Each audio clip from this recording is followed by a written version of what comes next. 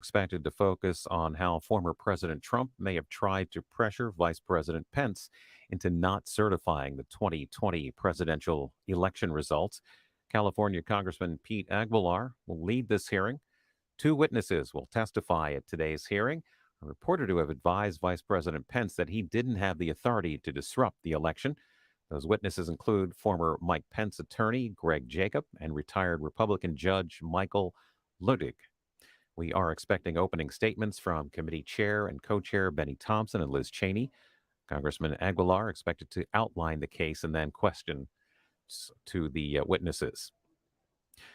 We want to let you know that the January 6th committee hearings and all C-SPAN programming brought to you as a public service by the cable industry and these television companies, including Dish Network, Comcast, and Charter Communications. And also, don't forget that if you have to leave your TV today, you can continue watching the hearing with C-SPAN Now, our free mobile video app.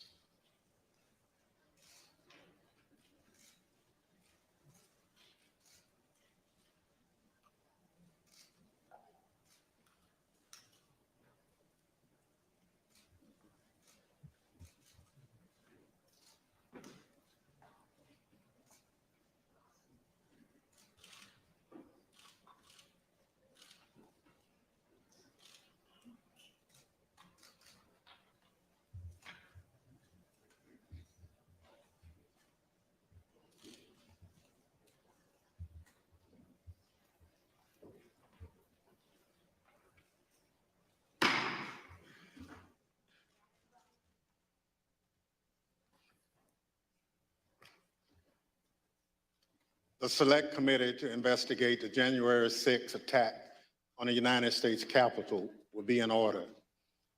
Without objection, the chair is authorized to declare the committee in recess at any point. Pursuant to House Deposition Authority Regulation 10, the chair announces the committee's approval to release the deposition material represented during today's hearing. Good afternoon. This is almost no idea more un-American than the notion that any one person could choose the American president. No idea more un-American. I agree with that, which is unusual because former Vice President Mike Pence and I don't agree on much. These are his words, spoken a few months ago about Donald Trump's attempt to pressure the former vice president, pressure him into going along with an unlawful and unconstitutional scheme to overturn the 2020 election and give Donald Trump a second term in office that he did not win. Today, the Select Committee is going to reveal the details of that pressure campaign. But what does the Vice President of the United States even have to do with a presidential election? The Constitution says that the Vice President of the United States oversees the process of counting the Electoral College votes, a process that took place on January 6, 2021. Donald Trump wanted Mike Pence to do something no other vice president has ever done. The former president wanted Pence to reject the votes and either declare Trump the winner or send the votes back to the states to be counted again. Mike Pence said no. He resisted the pressure. He knew it was illegal. He knew it was wrong. We're fortunate for Mr. Pence's courage on January 6th. Our democracy came dangerously close to catastrophe. That courage put him in tremendous danger. When Mike Pence made it clear that he wouldn't give in to Donald Trump's scheme, Donald Trump turned the mob on him, a mob that was chanting, "Hang Mike Pence," a mob that had built a hangman's gallows just outside the Capitol. Thanks in part to Mike Pence, our democracy withstood Donald Trump's scheme and the violence of January 6th. But the danger hasn't receded. Led by my colleague, Mr. Aguilar, today we'll lay out the facts for the American people. But first, I'll recognize my colleague from Wyoming, Ms. Cheney, for any opening statement she'd care to offer. Thank you very much, Mr. Chairman. Let me take just a few minutes today to put the topic of our hearing in broader context. In our last hearing, we heard unequivocal testimony that President Trump was told his election fraud allegations were complete nonsense. We heard this from members of the Trump campaign. We heard this from President Trump's campaign lawyers. We heard this from President Trump's former Attorney General, Bill Barr. We heard this from President Trump's former acting Attorney General, Jeff Rosen. And we heard this from President Trump's former acting Deputy Attorney General, Richard Donoghue. We heard from members of President Trump's White House staff as well. Today, we're focusing on President Trump's relentless effort to pressure Mike Pence to refuse to count electoral votes on January 6th. Here again is how the former vice president phrased it in a speech before the Federalist Society, a group of conservative lawyers. This week, that President Trump said I had the right to overturn the election. But President Trump is wrong. I had no right to overturn the election. The presidency belongs to the American people and the American people alone. And frankly, there is no idea more un-American than the notion that any one person could choose the American president. What the president wanted the vice president to do was not just wrong, it was illegal and unconstitutional. We will hear many details in today's hearing, but please consider these 2 points. First, President Trump was told repeatedly that Mike Pence lacked the constitutional and legal authority to do what President Trump was demanding he do. This is testimony from Mark Short, the Vice President's Chief of Staff, who served in the Trump administration in multiple positions over 4 years. But just to pick up on that, Mr. Short, was it your impression that the Vice President had directly conveyed his position on these issues to the President, not just to the world through a Dear Colleague letter, but directly to President Trump? Many times. And had been consistent in conveying his position to the President? Very consistent. Okay. But President Trump plotted with a lawyer named John Eastman to pressure Pence to do so anyway. As the federal court has explained, quote, based on the evidence, the court finds that it is more likely than not that President Trump and Dr. Eastman dishonestly conspired to obstruct the joint session of Congress on January 6th, 2021. What exactly did President Trump know? When exactly did President Trump know that it would be illegal for Mike Pence to refuse to count electoral votes? Here is one sample of testimony given by one of the witnesses before us today, the Vice President's General Counsel. Did John Eastman ever admit, as far as you know, in front of the president, that his proposal would violate the Electoral Count Act? I believe he did on the 4th. That was January 4th, 2 days before the attack on Congress.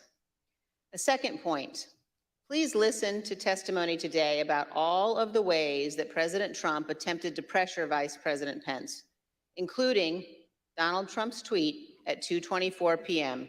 condemning Vice President Mike Pence when President Trump already knew a violent riot was underway at the Capitol. In future hearings, you will hear from witnesses who were present inside the White House, who were present inside the West Wing on that day.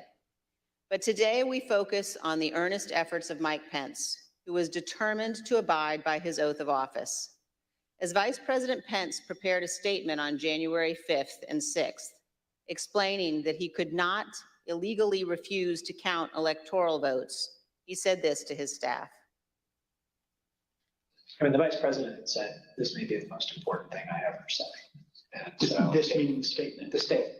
And he really wanted to make sure that it was just so.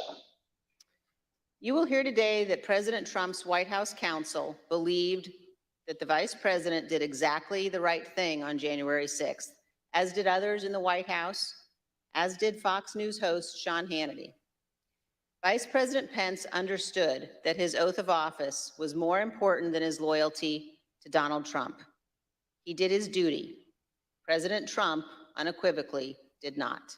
Thank you, Mr. Chairman. I yield back. Without objection, I recognize the gentleman from California, Mr. Aguilar, for an opening statement. Thank you, Mr. Chairman. Today, we intend to show the American people that January 6th was not an isolated incident. In the weeks culminating before, it was a legal scheme and deception. We've already learned that President Trump knew he lost the 2020 election. Shortly after, he began to look for a way to circumvent our country's most fundamental civic tradition, the peaceful transfer of power. The president latched on to a dangerous theory and would not let go because he was convinced it would keep him in office. We witnessed firsthand what happened when the President of the United States weaponized this theory. The Capitol was overrun, police officers lost their lives, and the Vice President was taken to a secure location because his safety was in jeopardy. Let's take a look at the effect of Donald Trump's words and actions. I want to warn our audience that the video contains explicit content. Mike Pence is going to have to come through for us. And if he doesn't, that will be a sad day for our country. And Mike Pence, I hope you're going to stand up for the good of our Constitution and for the good of our country. And if you're not, I'm going to be very disappointed in you. I will tell you right now. I'm telling you what, I'm hearing the Pence. I hearing the Pence just caved. No, Is that true? I didn't. I'm hearing reports that Pence caved. No I'm way. telling you, if Pence caved, we're gonna drag motherfuckers through the streets. You fucking politicians are gonna get fucking drugged through the streets. Yes. I guess the hope is that there's such a show of force here that Pence will decide to do the right thing, according to Trump.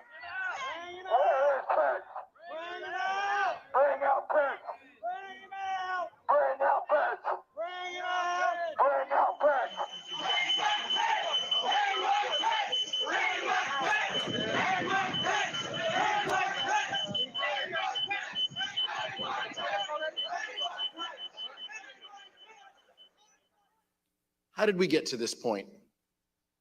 How did we get to the point where President Trump's most radical supporters led a violent attack on the Capitol and threatened to hang President Trump's own vice president? You'll hear from witnesses that Donald Trump pressured Mike Pence to adopt a legally and morally bankrupt idea that the vice president could choose who the next president can be. You'll hear about how the vice president, the White House counsel, and others told Donald Trump that the vice president had no such authority. But President Trump would not listen. You'll hear how Vice President Pence withstood an onslaught of pressure from President Trump, both publicly and privately, a pressure campaign that built to a fever pitch with a heated phone call on January 6th. You'll also hear that the president knew there was a violent mob at the Capitol when he tweeted at 2:24 p.m. that the vice president did not have the, quote, courage to do what needed to be done. Let me be clear. Vice President Pence did the right thing that day. He stayed true to his oath to protect and defend the Constitution. I look forward to hearing from our witnesses this afternoon. Mr. Chairman, I yield back. Thank you, Mr. Aguilar. We're honored to have two distinguished witnesses who advised Vice President regarding his role on January 6th. Judge J. Michael Luttig is one of the leading conservative legal thinkers in the country. He served in administrations of President Ronald Reagan and George H.W. Bush. He was appointed by the latter to serve on the U.S. Court of Appeals for the Fourth Circuit, where he served from 1991 to 2006. He provided critical advice for Vice President Pence regarding the role of the Vice President in the joint session of Congress shortly before that fateful moment. He's written that the Vice President does not have the power to select the next President of the United States. He's also written that contrary theory espoused by one of his own former law clerks was, quote, incorrect at every turn. We're also joined today by one of the people who was with Vice President Pence on January 6th. Greg Jacob was counsel to Vice President Pence. He conducted a thorough analysis of the role of the Vice President in the joint session of Congress under the Constitution, the Electoral Count Act, and 230 years of historical practice. But he also has firsthand information about the attack on the Capitol because he lived through it. He was with the Vice President and his own life was in danger. I will now swear in our witnesses. The witnesses will please stand and raise their right hand. Do you swear or affirm under penalty of perjury that the testimony you're about to give is the truth, the whole truth, and nothing but the truth? So help you God. Thank you. You may be seated. Let the record reflect the witnesses answered in the affirmative. I now recognize myself for questions. In the United States, the people choose our representatives, including the highest official in the land, the President of the United States. The American people did this on November 3rd, 2020. But President Trump did not like the outcome. He did everything he could to change the result of the election. He tried litigation, 62 cases, in fact, and that failed. He tried to pressure state legislatures to reverse the results of the election in their states, but they refused. He tried to enlist the Department of Justice in his efforts to overturn election results, but officials leading the department refused to comply. So eventually, he latched on to a completely nonsensical and anti-democratic theory that one man, his own vice president, could determine the outcome of the election. He wanted the vice president to unilaterally select the president. This theory that the vice president could unilaterally select the president runs completely contrary to our Constitution, our laws, and the entirety of our American experience. But that didn't stop, didn't matter to President Trump. I would now like to explore how President Trump came to latch on to this ridiculous legal theory that the vice president can select the president of the United States. Mr. Jacob, how did this theory first come to your attention?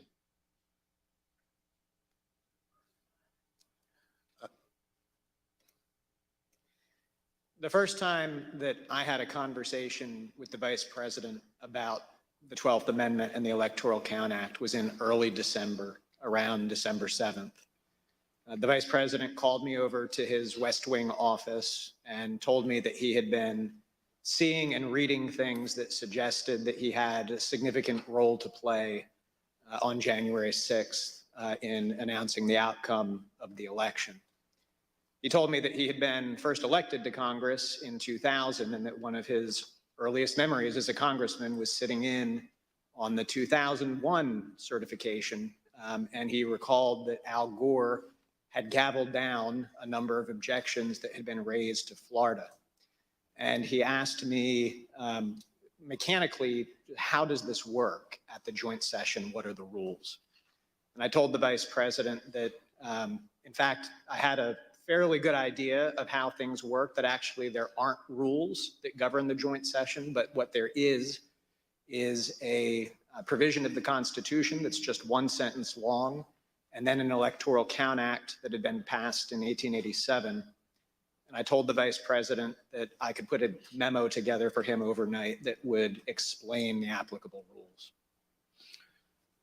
So, Mr. Jacob, when you looked at this theory, what did you conclude? So we concluded that what you have is a sentence in the Constitution that is inartfully drafted. But the vice president's first instinct when he heard this theory was that there was no way that our framers, who abhorred concentrated power, who had broken away from the tyranny of George III, would ever have put one person, particularly not a person who had a direct interest in the outcome because they were on the ticket for the election, in a role to have decisive impact on the outcome of the election. And our review of text, history, and frankly, just common sense all confirmed the vice president's first instinct on that point. There is no justifiable basis to conclude that the vice president has that kind of authority. Thank you, Mr. Jacobs. We will hear more today about how, despite this conclusion by you and other top legal advisors, the former president used this discredited theory in his campaign to pressure the vice president to decide the outcome of the presidential election. I now recognize the gentlewoman from Wyoming, Ms. Cheney, for questions. Thank you very much, Mr. Chairman. Judge Ludig, thank you as well for being here with us today. You issued a very important statement earlier today, which I urge all Americans to read. And I'd like to ask you, Judge, about one of the sentences in your statement and ask if you could explain to us the significance of it. You say, had the Vice President of the United States obeyed the President of the United States, America would immediately have been plunged into what would have been tantamount to a revolution within a paralyzing constitutional crisis. Could you elaborate on that for us, Judge?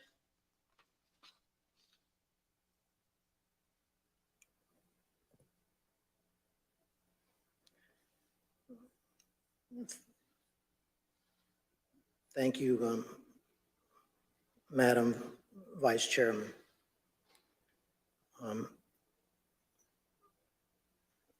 That passage in my statement this morning referenced the most foundational concept in America, which is the rule of law. Thus, as I interpret your question, you're asking about that foundational truth of these United States, which we call America.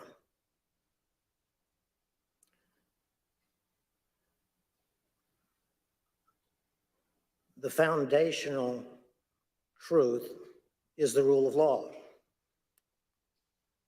That foundational truth is, for the United States of America, the profound truth. But it's not merely the profound truth for the United States. It's also the simple truth, the simple foundational truth of the American Republic. Thus, in my view, the hearings being conducted by this select committee are examining that profound truth, namely the rule of law in the United States of America. The specific question, of course, before you and before the nation, not before me, is whether that foundational rule of law was supremely violated on January 6, 2021. Now, to the question specifically that you asked, Madam Vice Chair,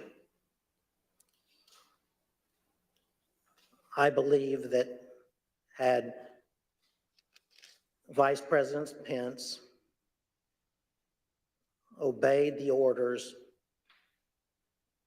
from his president and the President of the United States of America during the joint session of the Congress of the United States on January 6, 2021, and declared Donald Trump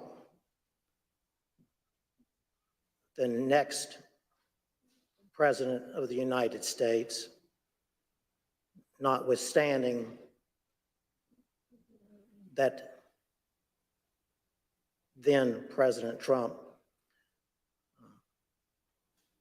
had lost the Electoral College vote as well as the popular vote in the 2020 presidential election.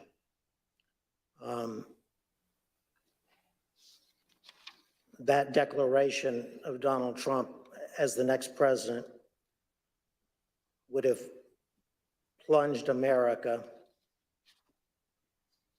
into what I believe would have been tantamount to a revolution within a constitutional crisis in America, which in my view, and I'm only one man, would have been the first constitutional crisis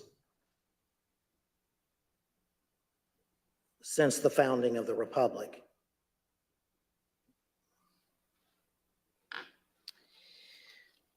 Thank you very much, Judge, for your solemn attention to these issues and for your appearance here today. We're going to describe and discuss in detail what happened. And as we do, I'm going to describe a few of the details now of some of the actions taken by a gentleman named Kenneth Chesebro. After the Electoral College met and cast their votes on December 14th, actually the day before they met, Kenneth Chesebro sent a memo to Rudy Giuliani, the president's lead outside counsel. Mr. Chesebro wrote to Mayor Giuliani that the vice president is charged with, quote, making judgments about what to do if there are conflicting votes, close quote. Mr. Chesebro wrote that when the joint session of Congress got to Arizona in the alphabetical list of states, the vice president should not count the Biden votes, quote, because there are two slates of votes. His justification, which we will learn more about in our next hearing, was that a group of Trump supporters in Arizona and other swing states decided to proclaim themselves the true electors for the state, creating two sets of electors, the official electors selected by the state and a group of fake electors. This document was ordered to be produced to the Select Committee by a federal district court judge. As you will see on the screen shortly, Judge David Carter wrote, quote, the draft memo pushed a strategy that knowingly violated the Electoral Count Act. The judge concluded that, quote, the memo is both intimately related to and clearly advanced the plan to obstruct the joint session of Congress on January 6, 2021. A few days later, Professor John Eastman took up this cause. Eastman was at the time a law professor at Chapman University Law School. He prepared a memo outlining the nonsensical theory that the vice president could decide the outcome of the election at the joint session of Congress on January 6th. You will see portions of this memo on the screen. In the first line, he wrote, quote, 7 states have transmitted dual slates of electors to the president of the Senate. But Dr. Eastman goes on to rely on those so-called dual slates of electors to say that Vice President Pence could simply declare President Trump the winner of the 2020 election. Mr. Jacob, were there in fact dual slates of electors from 7 states? No, there were not. And just a few days after that, Dr. Eastman wrote another memo. This one, quote, wargaming out several scenarios. He knew the outcome he wanted, and he saw a way to go forward if he simply pretended that fake electors were real. You will see that memo up on the screen now. Here, Dr. Eastman says the vice president can reject the Biden electors from the states that he calls, quote, disputed. Under several of the scenarios, the vice president could ultimately just declare Donald Trump the winner, regardless of the vote totals that had already been certified by the states. However, this was false, and Dr. Eastman knew it was false. In other words, it was a lie. In fact, on December 19th, 2020, just 4 days before Dr. Eastman sent this memo, Dr. Eastman himself admitted in an email that the fake electors had no legal weight, referring to the fake electors as, quote, dead on arrival in Congress, end quote, because they did not have a certification from their states. Judge Ludig, did the Trump electors in those 7 states who were not certified by any state authority have any legal significance?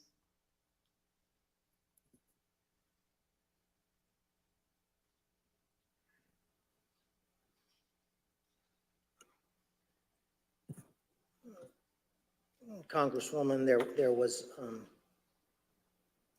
no support whatsoever in either the Constitution of the United States nor the laws of the United States for the vice president, frankly, ever to count alternative electoral slates from the states that had not been officially certified by the designated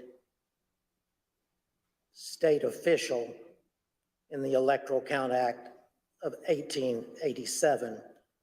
I did notice in the passage from Mr. Eastman's memorandum, and I took a note on it, and correct me if I'm wrong, but he said in that passage that there was both legal authority as well as historical precedent. I do know what Mr. Eastman was referring to when he said that there was historical precedent for doing so. He was incorrect. There was no historical precedent from the beginning of the founding in 1789 that even as mere historical precedent, as distinguished from legal precedent, would support the possibility of the Vice President of the United States quote, counting alternative electoral slates that had not been officially certified to the Congress pursuant to the Electoral Count Act of 1887. I would be glad to explain that historical precedent if the committee wanted, but it would be a digression. Thank you very much, Judge. I know my colleagues will be pursuing that issue in more depth. And now I'd like to yield back, Mr. Chairman. Thank you very much. Pursuant to Section 5C8 of House Resolution 503, the chair recognizes the gentleman from California, Mr. Aguilar, and staff counsel, Mr. John Wood, for questioning. Thank you, Mr. Chairman. We're fortunate to have a bipartisan staff. Senior Investigative Counsel John Wood previously served as United States Attorney in Missouri under President George W. Bush. He and I will share today's lines of questioning. Mr. Wood. Thank you, Mr. Aguilar. Judge Ludig, I had the incredible honor of serving as one of your law clerks. Another person who did was John Eastman. And you have written that Dr. Eastman's theory that the vice president could determine who the next president of the United States is, in your words, incorrect at every turn. Could you please explain briefly your analysis?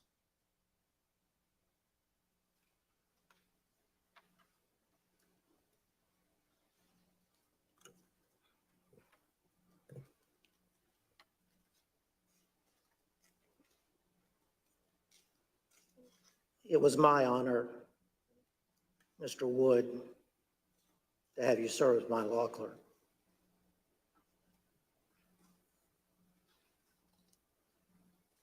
I could answer that question perfectly if I had at my disposal either Mr. Eastman's tweet or my own analytical tweet of September 21st, but I don't. But That said, let me try to remember the analysis of Mr. Eastman's analysis. And Judge, I can read to you and to the audience, I think what was a really key passage from your very insightful analysis when you wrote, I believed that Professor Eastman was incorrect at every turn of the analysis in his January 2nd memorandum, beginning with his claim that there were legitimate competing slates of electors presented from 7 states. You've already addressed that issue. But your next sentence said, continuing to his conclusion that the vice president could unilaterally decide not to count the votes from the 7 states from which competing slates were allegedly presented.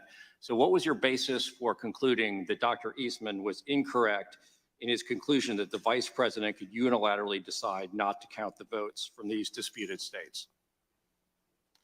I understand. As I previously stated in response to Congresswoman Cheney, there was no basis in the Constitution or laws of the United States at all for the theory espoused by Mr. Eastman. At all. None. With all respect to my co-panelist,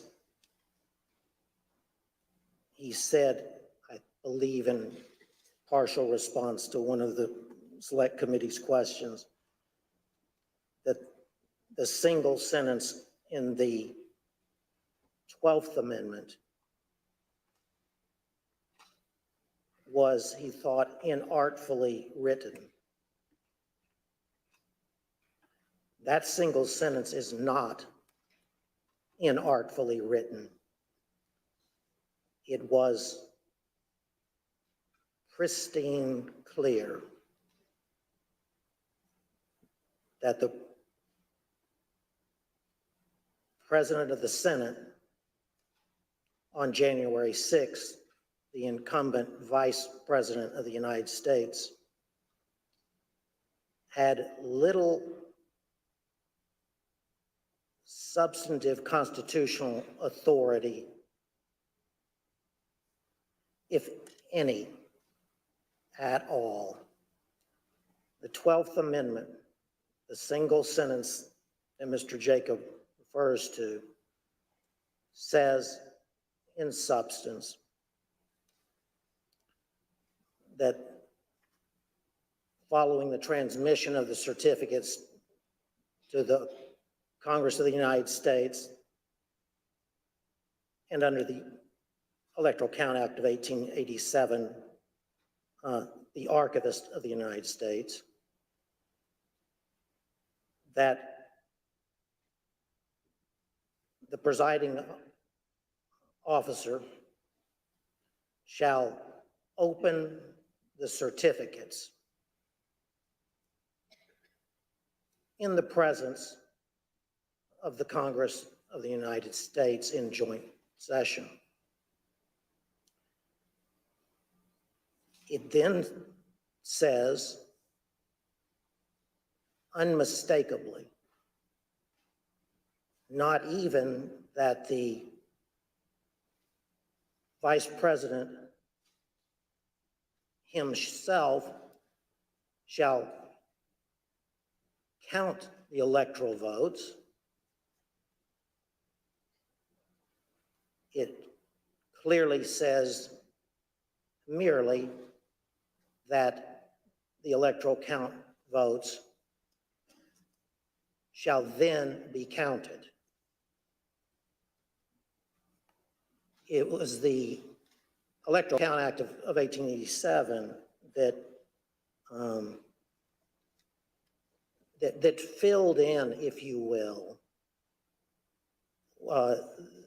the simple words of the 12th Amendment in order to construct for the country a process for the counting of the sacred process for the counting of the electoral votes from the states, that neither our original Constitution nor even the 12th Amendment had done. The irony, if you will, is that from its founding until 1887, when Congress passed the Electoral Count Act, the nation had been in considerable turmoil during at least 5 of its presidential elections, beginning as soon thereafter from the founding as 1800. So it wasn't for almost 100 years later until the Electoral Count Act was passed. So that's why, in my view, that piece of legislation is not only a work in progress for the country, but at this moment in history,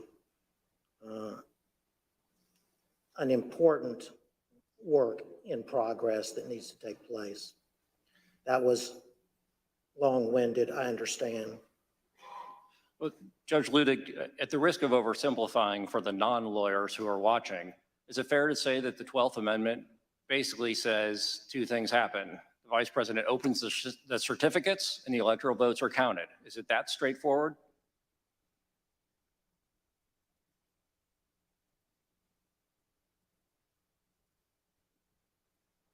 I would not want that to be my testimony before the Congress of the United States.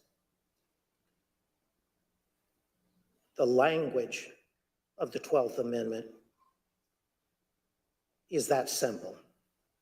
Thank you, Judge. Mr. Jacob, I have a question for you. I believe during your deposition before this committee, you said something to the effect of you'd read every word written about the 12th Amendment, the Electoral Count Act, and historical practice. I know in response to the chairman's earlier question, you gave your bottom line conclusion, but can you tell us a little bit about the process that you and your colleagues went through of researching this issue and what conclusion you came to after your thorough research? So you, as a lawyer who's analyzing a constitutional provision, you start with the constitutional text, you go to structure, you go to history.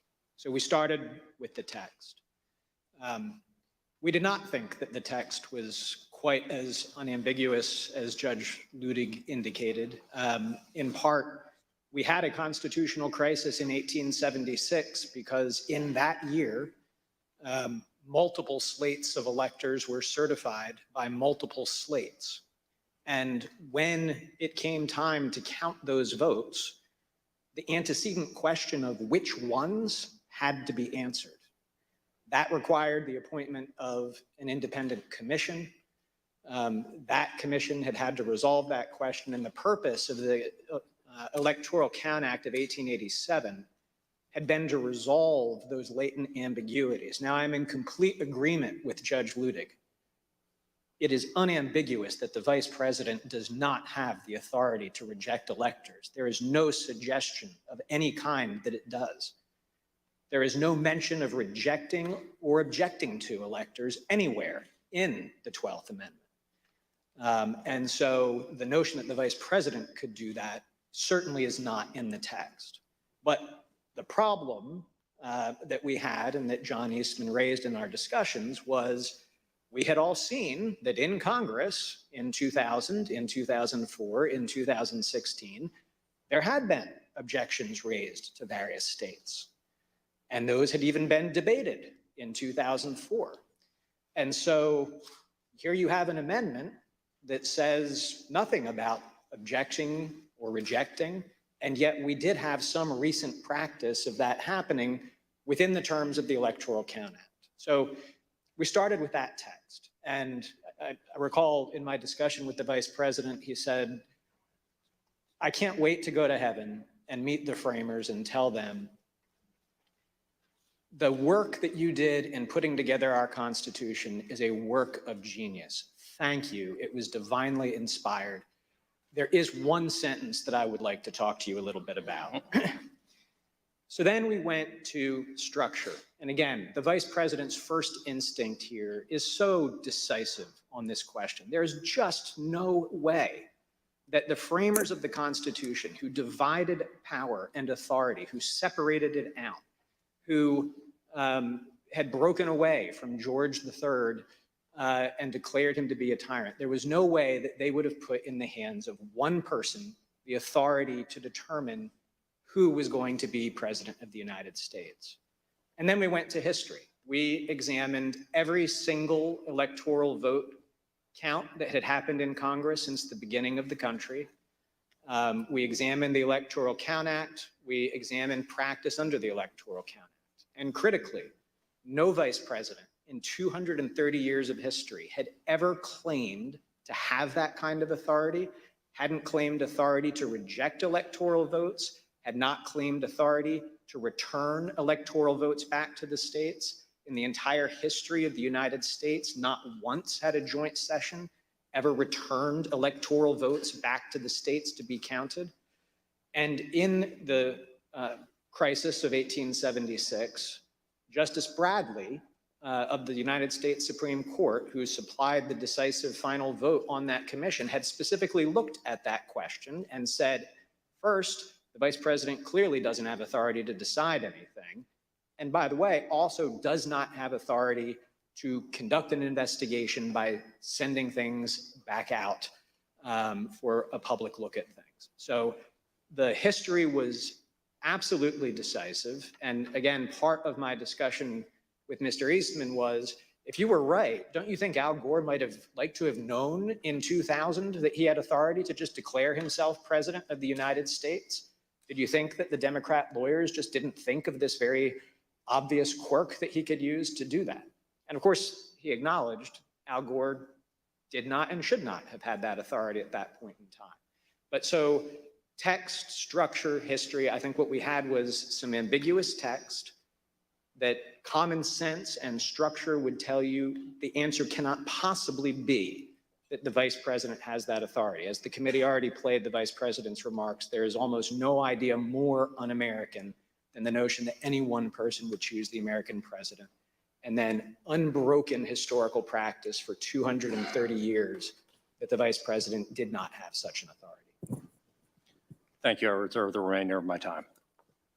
Mr. Jacob, you weren't the only one who knew that the legal theory was wrong, though. Here's what various advisors to the president thought about that theory. You've been clear repeatedly with Mr. Meadows about you and the vice president having a different view about his authority on January 6th. I believe I had. Did Mr. Meadows ever explicitly or tacitly agree with you or say, yeah, that makes sense, or okay?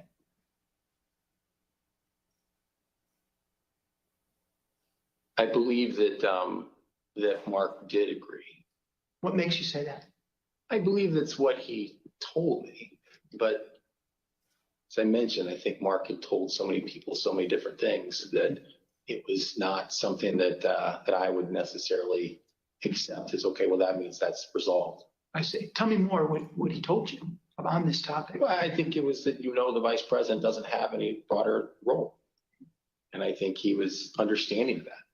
So despite the fact that he may have said other things to the president or others, to you, he said he understands the vice president has no role.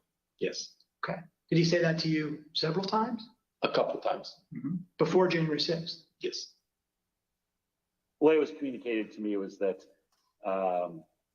Pat Cipollone thought the idea was nutty and had at one point confronted Eastman basically with the same sentiment. Pat expressed his admiration for the vice president's actions on the day of the 6th and said that he concurred with the legal analysis that our team had put together to reach that point. It made no sense to me that in all the protections that were built into the Constitution, for a president to get elected and steps that had to be taken, that the power to choose the next president would be sitting with the vice president. Do you know if Mr. Clark or Mr.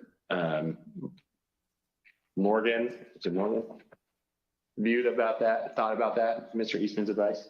Yeah, they thought he was crazy. Do you know if they ever expressed an opinion on whether they thought the vice president had the power that John Eastman said he did? I know for a fact I heard both say that his theory was crazy, that there was no validity to it in any way, shape, or form. And did they express that before January 6th? Yes. To whom? I think anyone who would listen. Okay, what were your prior interactions with Eastman? He described for me what he thought the ambiguity was in the statute, and he was walking through it at that time. And I said, hold on a second, I want to understand what you're saying. You're saying that you believe the vice president, acting as president of the Senate, can be the sole decision maker as to, under your theory, who becomes the next president of the United States? And you said yes. And I said, are you out of your effing mind? Right? And that was pretty blunt. I said, you're completely crazy. I said, you're going to turn around and tell 78 plus million people in this country that your theory is this is how you're going to invalidate their votes because you think the election was stolen. And I said, they're not going to tolerate that. I said, you're going to cause riots in the streets. And he said, words to the effect of there's been violence in the history of our country, Eric, to protect the democracy or protect the republic.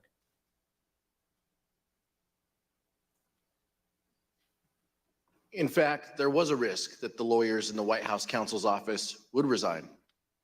For example, Fox News host Sean Hannity expressed concern that the entire White House counsel's office could quit. As you can see from these texts, Mr. Hannity wrote to White House Chief of Staff Mark Meadows that, quote, "We can't lose the entire White House counsel's office. I do not see January 6th happening the way he is being told." A few days later, on January 5th, Mr. Hannity wrote to Mr. Meadows that, quote, "I'm very worried the next 48 hours. Pence pressure, White House counsel will leave." While Sean Hannity was apparently very concerned about the possibility that the White House counsel would resign in protest of the president's effort to force the vice president to violate the Constitution, some others close to the president were more dismissive of the White House counsel's position. Here's what Trump's son-in-law and senior advisor Jared Kushner said during his deposition regarding the White House counsel Pat Cipollone's threats to resign. Jared, are you aware of instances where Pat Cipollone threatened to resign? I kind of, like I said, my interest at that time was on trying to get as many pardons done. And I know that, he was always, him and the team were always saying, oh, we're going to resign. We're not going to be here if this happens, if that happens. So I kind of took it up to just be whining, to be honest with you. The president's own lead outside counsel, Rudy Giuliani, also seemed to concede that the vice president did not have the authority to decide the outcome of the election or send it back to the states. Here's what White House attorney Eric Hirschman said about his call with Mayor Giuliani on the morning of the 6th. The morning of January 6th, I think he called me out of the blue, right? And I was like getting dressed. And we had an intellectual discussion about Eastman's, I don't know if it's Eastman's theory per se, but the VP's role. And he was asking me my view and analysis and then the practical implications of it. And when we finished, he said, like, I believe that, you're probably right. I think he thought when we're done that it would be something he'd have to consider if he was sitting on the bench. But he'd probably come down in that, you couldn't interpret it or sustain the argument long term. Of course, the fact that Mayor Giuliani seemed to admit that the theory was wrong did not stop him from going before the crowd just a few hours later on January 6th and saying the exact opposite. Here's Mayor Giuliani's speech at the Ellipse rally on January 6th. We're here just very briefly to make a very important 2 points. Number one, every single thing that has been outlined as the plan for today is perfectly legal. I have Professor Eastman here with me to say a few words about that. He's one of the preeminent constitutional scholars in the United States. It is perfectly appropriate, given the questionable constitutionality of the Election Counting Act of 1887, that the Vice President can cast it aside, and he can do what a president called Jefferson did when he was Vice President. He can decide on the validity of these crooked ballots, or he can send it back to the legislatures, give them 5 to 10 days to finally finish the work. And here's what Dr. Eastman said in his speech at the Ellipse on January 6th. And all we are demanding of Vice President Pence is this afternoon at 1 o'clock, he let the legislatures of the state look into this so we get to the bottom of it and the American people know whether we have control of the direction of our government or not.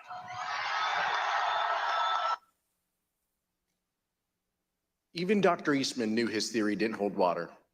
Mr. Jacob, you discussed and even debated this theory at length with Dr. Eastman. Did Dr. Eastman ever tell you what he thought the U.S. Supreme Court would do if it had to decide this issue? Yes. We had an extended discussion, an hour and a half to 2 hours on January 5th. And when I pressed him on the point, I said, John, if the vice president did what you were asking him to do, we would lose 9-0 in the Supreme Court, wouldn't we? And he initially started it, well, I think maybe you would lose only 7-2. And after some further discussion, acknowledged, well, yeah, you're right, we would lose 9-0. I appreciate that. In our investigation, the Select Committee has obtained evidence suggesting that Dr. Eastman never really believed his own theory. Let me explain. On the screen, you can see a draft letter to the president from October 2020. In this letter, an idea was proposed that the vice president could determine which electors to count at the joint session of Congress. But the person writing in blue eviscerates that argument. The person who wrote the comments in blue wrote, quote, "The 12th Amendment only says that the president of the Senate opens the ballots in the joint session and then, in the passive voice, that the votes shall then be counted." The comments in blue further state, "Nowhere does it suggest that the president of the Senate gets to make the determination on his own." Judge Ludig, does it surprise you that the author of those comments in blue was in fact John Eastman?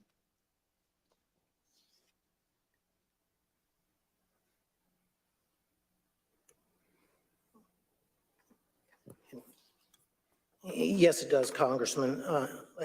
But let me, watching this unfold, let me try to unpack what was at the root of what I have called the blueprint to overturn the 2020 election. And it is this.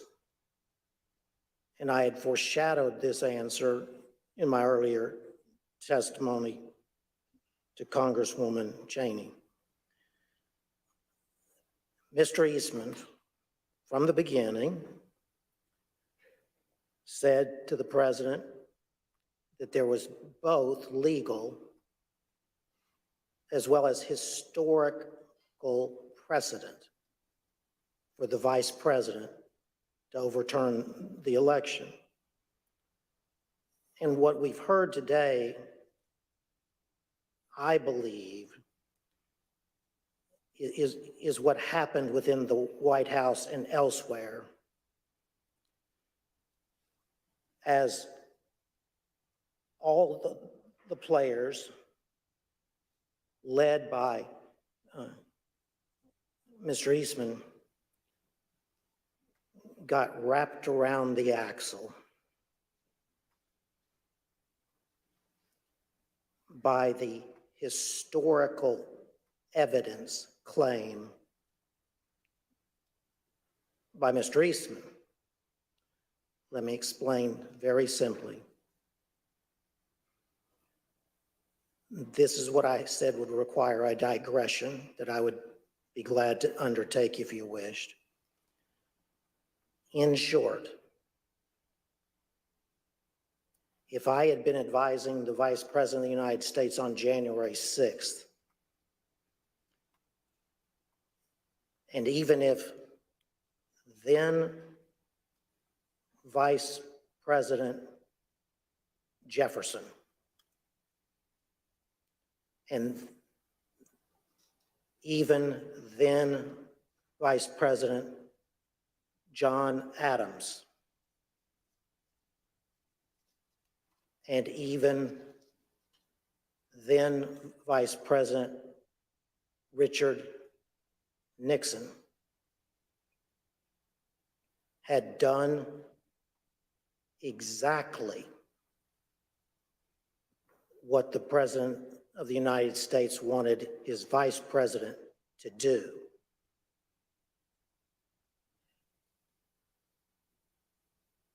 I would have laid my body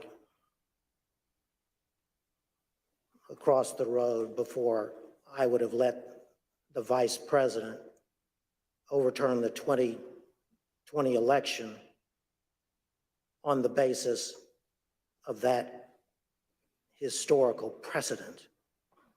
But what this body needs to know, and now America needs to know, is that that was the centerpiece of the plan to overturn the 2020 election.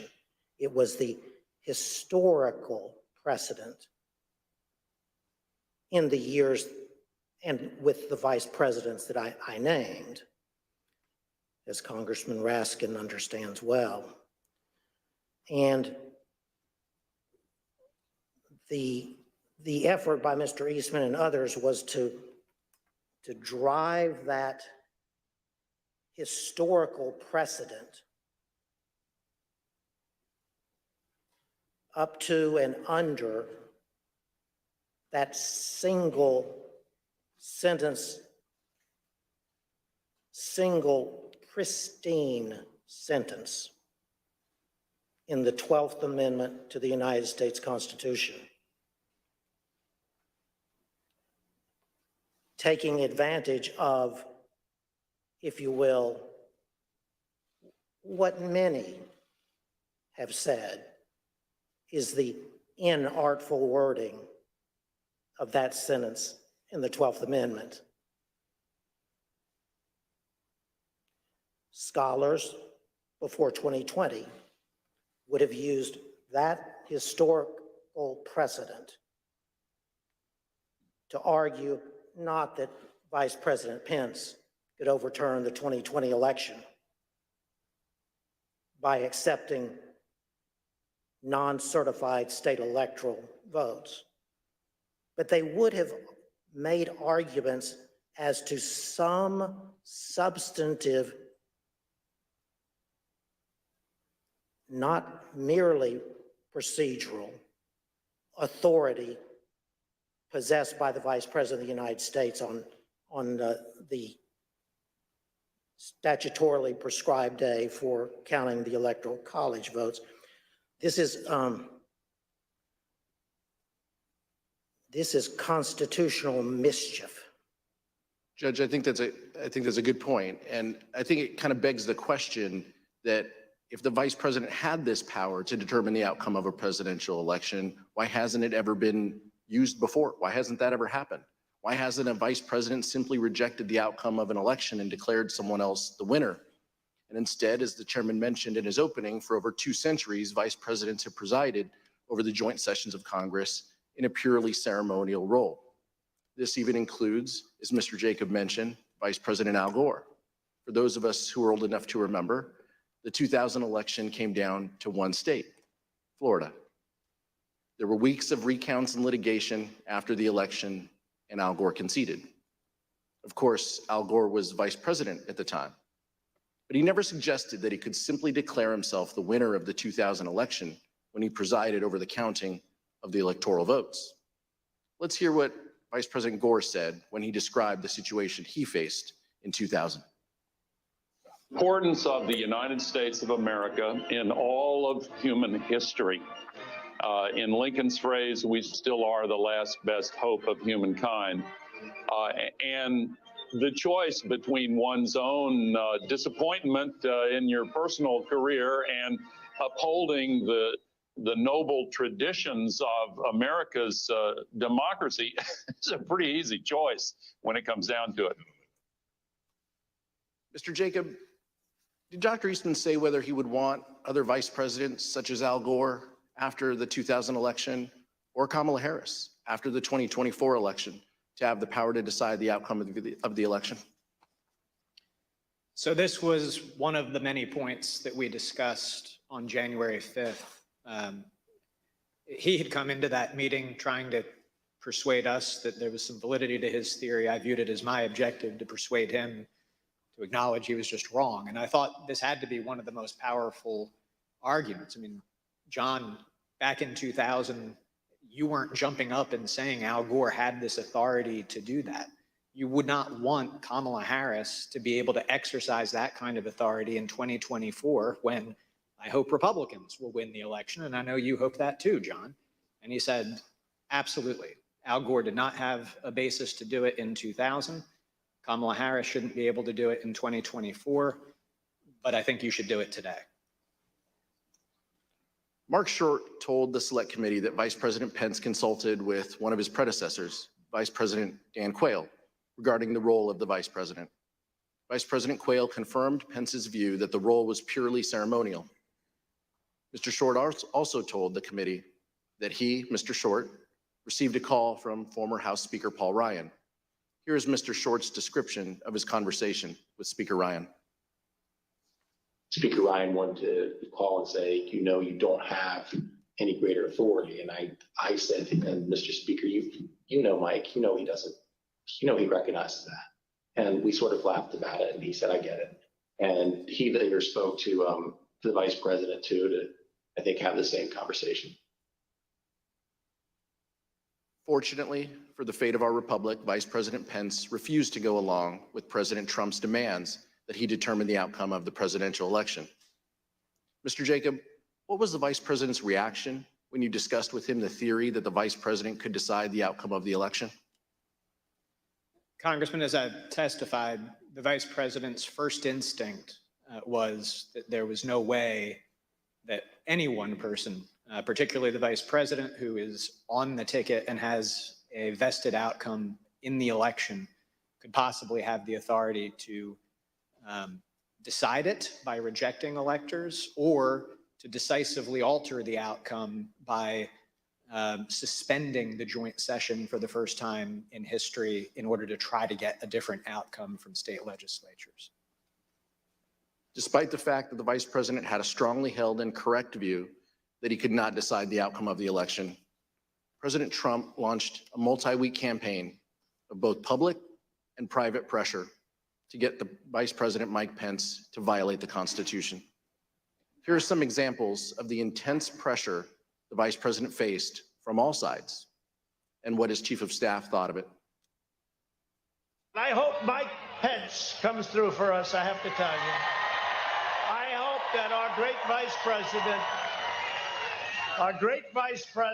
comes through for us. He's a great guy. Of course, if he doesn't come through, I won't like him quite as much. Was it your impression that the vice president had directly conveyed his position on these issues to the president, not just to the world through a dear colleague letter, but directly to President Trump? Many times.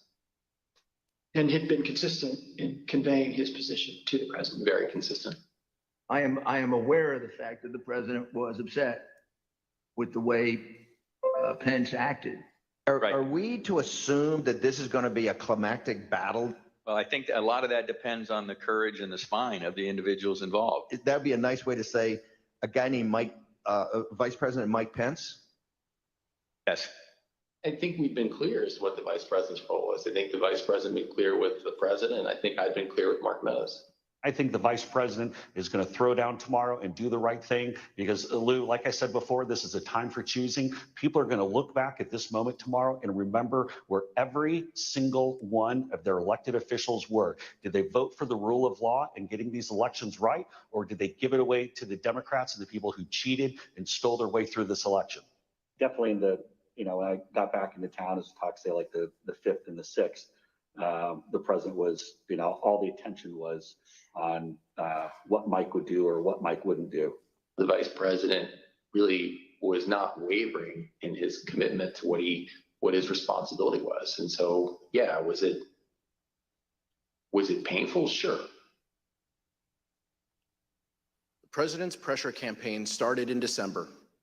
For example, although the vice president made his views clearly and unmistakably known to the president and others in the White House, on December 23rd,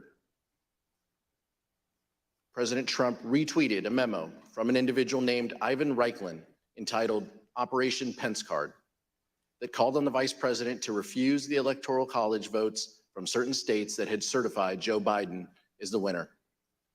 President Trump started his pressure campaign in December, but he dialed up the pressure as January 6th approached.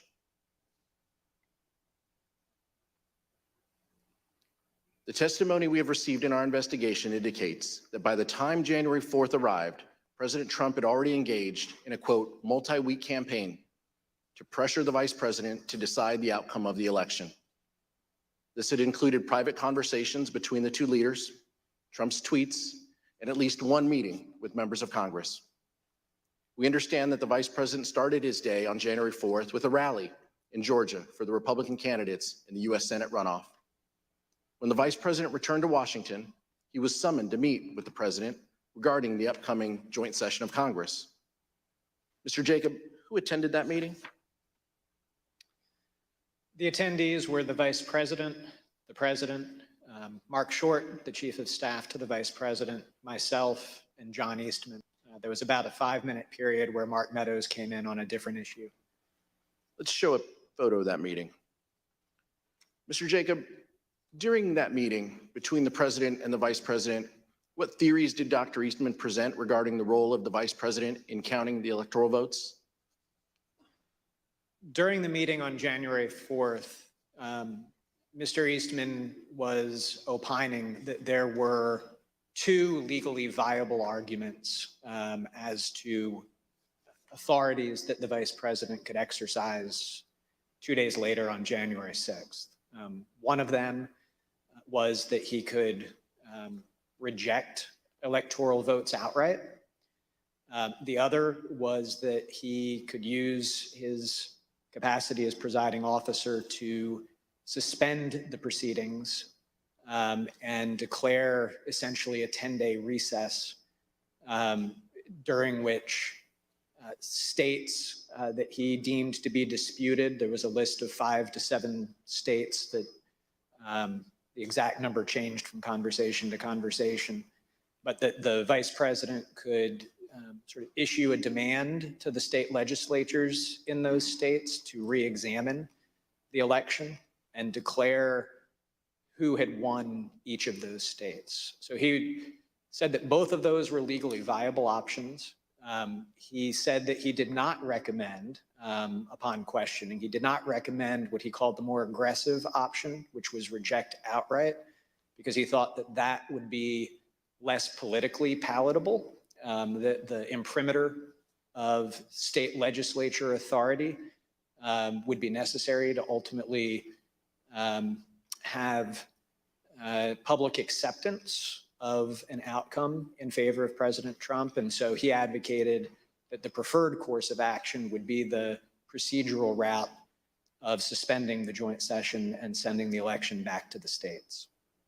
Mr. Jacob, I know you won't discuss the direct conversations between the president and the vice president. So rather than asking you what the vice president said in that meeting, I'll ask you a more general question. Did the vice president ever waver in his position that he could not unilaterally decide which electors to accept? The vice president never budged from the position that I have described as his first instinct, which was that it just made no sense from everything that he knew and had studied about our Constitution that one person would have that kind of authority. And did the vice president ever waver in his position that he could not delay certification and send it back to the states? No, he did not. Did Dr. Eastman admit in front of the president that his proposal would violate the Electoral Count Act? So during that meeting on the 4th, I think I raised the problem that both of Mr. Eastman's proposals would violate several provisions of the Electoral Count Act. Mr. Eastman acknowledged that that was the case, that even what he viewed as the more politically palatable option would violate several provisions, but he thought that we could do so because in his view, the Electoral Count Act was unconstitutional. And when I raised concerns that that position would likely lose in court, his view was that the court simply wouldn't get involved. They would invoke the political question doctrine, and therefore we could have some comfort proceeding with that path. Mr. Wood? But just to reiterate, he told you, maybe this was in a later conversation, but he told you at some point that if in fact the issue ever got to the Supreme Court, his theory would lose 9-0, correct? The next morning, starting around 11 or 11:30, we met for an hour and a half to 2 hours. And in that meeting, I've already described the text, structure, history conversation, but we started walking through all of that. And I said, John, basically what you have is some text that may be a little bit ambiguous, but then nothing else that would support it, including the fact that nobody would ever want that to be the rule. Wouldn't we lose 9-0 in the Supreme Court? And again, he initially started, well, maybe you'd only lose 7-2, but ultimately acknowledged that no, we would lose 9-0. No judge would support his argument. After his meeting with the vice president, Donald Trump flew to Georgia for a rally in support of the Republican candidates in the United States Senate runoff. Even though the vice president had been steadfast in resisting the president's pressure, President Trump continued to publicly pressure Vice President Pence in his Georgia speech. Rather than focusing exclusively on the Georgia Senate runoff, Trump turned his attention to Mike Pence. Here's what the president said during that rally in Georgia.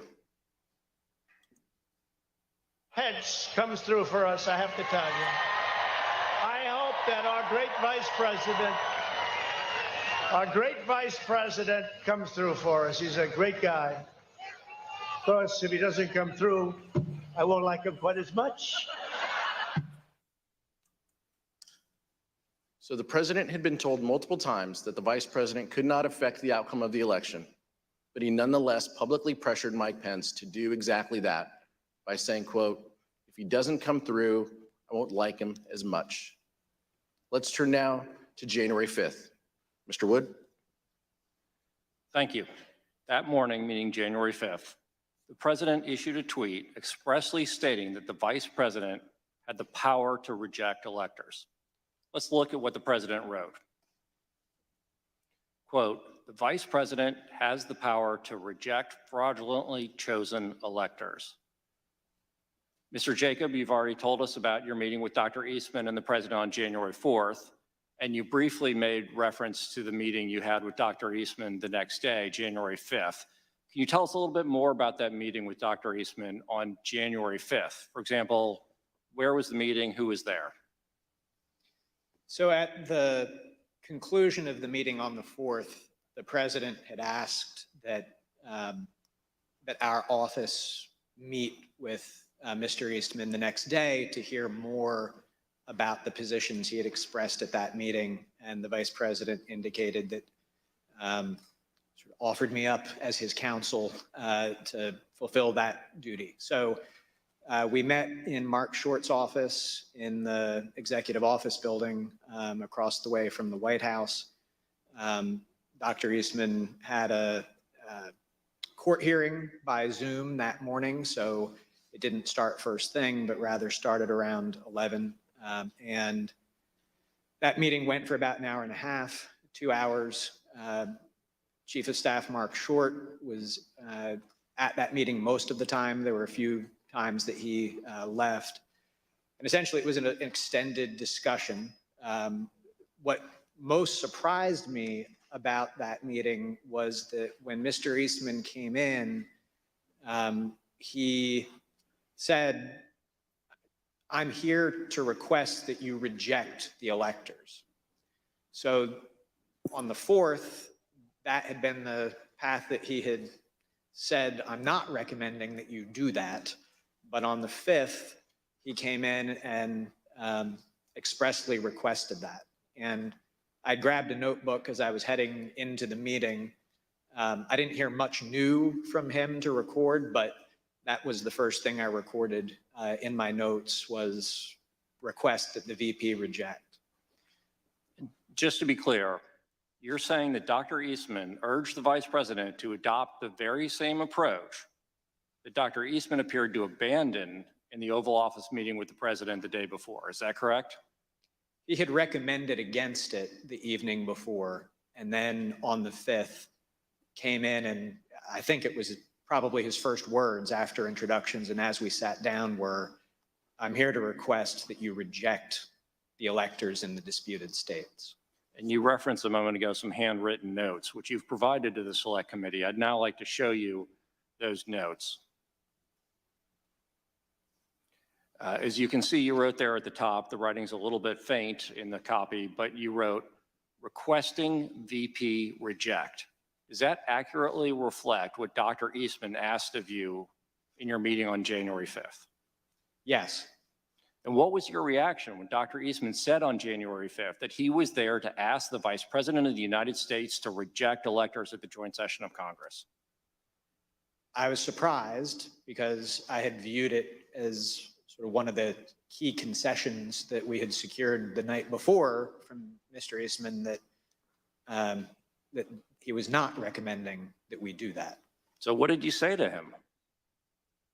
Well, as I indicated, to some extent, it simplified my task because there are more procedural complexities to the send it back to the states point of view. And I actually had spent most of my evening the night before writing a memorandum to the Vice President explaining all of the specific provisions of the Electoral Count Act that plan would violate.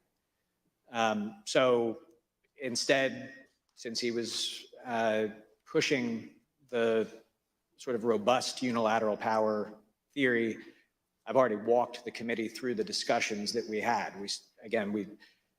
I started out with our points of commonality, or what I thought were our points of commonality. We're conservatives, we're small government people, we believe in originalism as the means by which we're going to interpret this.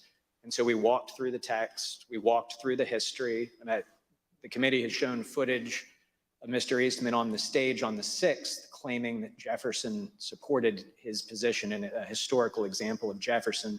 In fact, he conceded in that meeting Jefferson did not at all support his position, that in the election of 1800, there had been some small technical defect with the certificate in Georgia. It was absolutely undisputed that Jefferson had won Georgia. Jefferson did not assert that he had any authority to reject electors. He did not assert that he had any authority to resolve any issue during the course of that. And so he acknowledged by the end that there was no historical practice whatsoever that supported his position. He had initially tried to push examples of Jefferson and Adams. He ultimately acknowledged they did not work. As we've covered, he acknowledged it would lose 9-0 in the Supreme Court. He again tried to say, but I don't think the courts will get involved in this. They'll invoke the political question doctrine. And so if the courts stay out of it, that will mean that we'll have the 10 days for the states to weigh in and resolve it. And then they'll send back the Trump slates of electors and the people will be able to accept that. And I expressed my vociferous disagreement with that point. I did not think that this was a political question. among other things, if the courts did not step in to resolve this, there was nobody else to resolve it.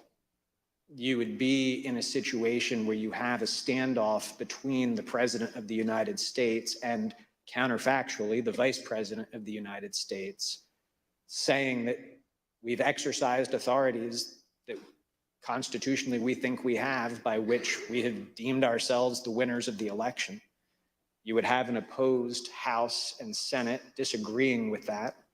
You would have state legislatures that, to that point, I mean, Republican leaders across those legislatures had put out statements, and we collected these for the Vice President as well, that the people had spoken in their states and that they had no intention of reversing the outcome of the election. We did receive some signed letters that Mr. Eastman forwarded us by minorities of leaders in those states, but no state had any legislative house that indicated that it had any interest in it. So you would have had just an unprecedented constitutional jump ball situation with that standoff. And as I expressed to him, that issue might well then have to be decided in the streets. Because if we can't work it out politically, we've already seen how charged up people are about this election. And so it would be a disastrous situation to be in. So I said, I think the courts will intervene. I do not see a commitment in the Constitution of the question whether the Vice President has that authority to some other actor to resolve. There's arguments about whether Congress and the Vice President jointly have a constitutional commitment to generally decide electoral vote issues. I don't think that they have any authority to object or reject them. I don't see it in the 12th Amendment, but nonetheless. And I concluded by saying, John, in light of everything that we've discussed, can't we just both agree that this is a terrible idea? And he couldn't quite bring himself to say yes to that, but he very clearly said, well, yeah, I see we're not going to be able to persuade you to do this. And that was how the meeting concluded. But you just described a terrifying scenario. Sounds like there could have been chaos under the Eastman approach, and you even described it as it potentially could be decided in the streets. And you described several concessions that Dr. Eastman made throughout that discussion or even debate that you had with him. At some point during that meeting on January 5th, did Dr. Eastman seem to admit that both of the theories that he had presented to the United States the day before? So the theory that the Vice President could reject electors outright and declare Donald Trump the winner, and his less aggressive theory that the Vice President could simply send it back to the states. At some point in that conversation on the 5th, did Dr. Eastman seem to admit that both of these theories suffered from similar legal flaws? So I had at least one, possibly two other conversations with Dr. Eastman later that day. In the earlier meeting, we really were focused, because his request that he made had been reject the electors outright, on why that theory was wrong and why we certainly would not be doing that. Later that day, he pivoted back to, well, we hear you loud and clear, you're not going to reject.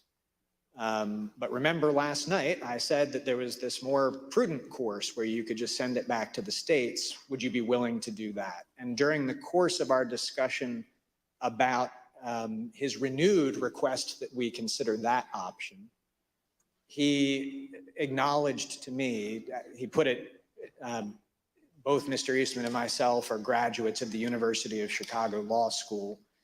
And he said, look, as graduates of that august institution, you and I will mutually understand that the underlying legal theory of plenary vice presidential authority is what you have to get there. Because this new theory, as I was pointing out to him, or the procedural theory, still violates several provisions of the Electoral Count Act, as he acknowledged. And the only way that you could ever be able to ignore several provisions of statutory law as if it was pretty clear that they were unconstitutional. And the only way they could be unconstitutional is if the vice president had the plenary authorities that were formed the basis for the reject votes as well. So he acknowledged in those conversations that the underlying legal theory was the same. He just thought that the send it back to the states option would be more politically palatable, and he hoped more palatable to the vice president for that reason. And in fact, when Dr. Eastman made this concession during that meeting, according to your earlier deposition, Dr. Eastman said, just between us, University of Chicago chickens, is that right? I don't think that the University of Chicago is going to start a Chicago Chickens fundraising club. But yes, that is the terminology that he used. He said, you know, just between us Chicago chickens, we will understand as lawyers who have studied the Constitution that the underlying basis really is the same. I reserve the remainder of my time. Thank you, Mr. Wood. Mr. Jacob, the president and the vice president meet again on that same topic the next day, January 5th, correct? So after my extended meeting with Mr. Eastman that morning, during that time, the vice president had been back at his residence working on his statement to the nation that we released the next day. He got down to the White House some point between 1 o'clock and 2 o'clock as my meeting with Mr. Eastman was wrapping up.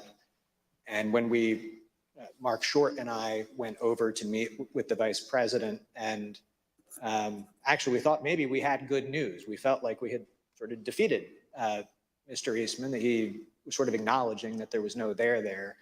But the vice president was then asked down to the Oval Office, and he went down to the Oval Office while Mark and I stayed back in the vice president's office. You weren't in that meeting. I was not. In the book Peril, journalists Bob Woodward and Robert Costa write that the president said, quote, "If these people say you have the power, wouldn't you want to?" The vice president says, quote, "I wouldn't want any one person to have that authority." The president responds, "But wouldn't it almost be cool to have that power?" The vice president is reported to have said, "No, look, I've read this and I don't see a way to do it. We've exhausted every option. I've done everything I could and then some to find a way around this. It's simply not possible. My interpretation is no." To which the president says, "No, no, no. You don't understand, Mike. You can do this. I don't want to be your friend anymore if you don't do this." We asked Mark Short about this during his deposition. An understanding that I would have in other conversations with the vice president, he articulated to me that no, he wouldn't want that power bestowed upon any one person.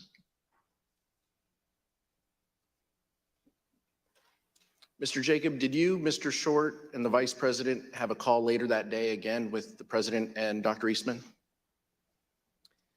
So yes, we did. And what did Dr. Eastman request on that call?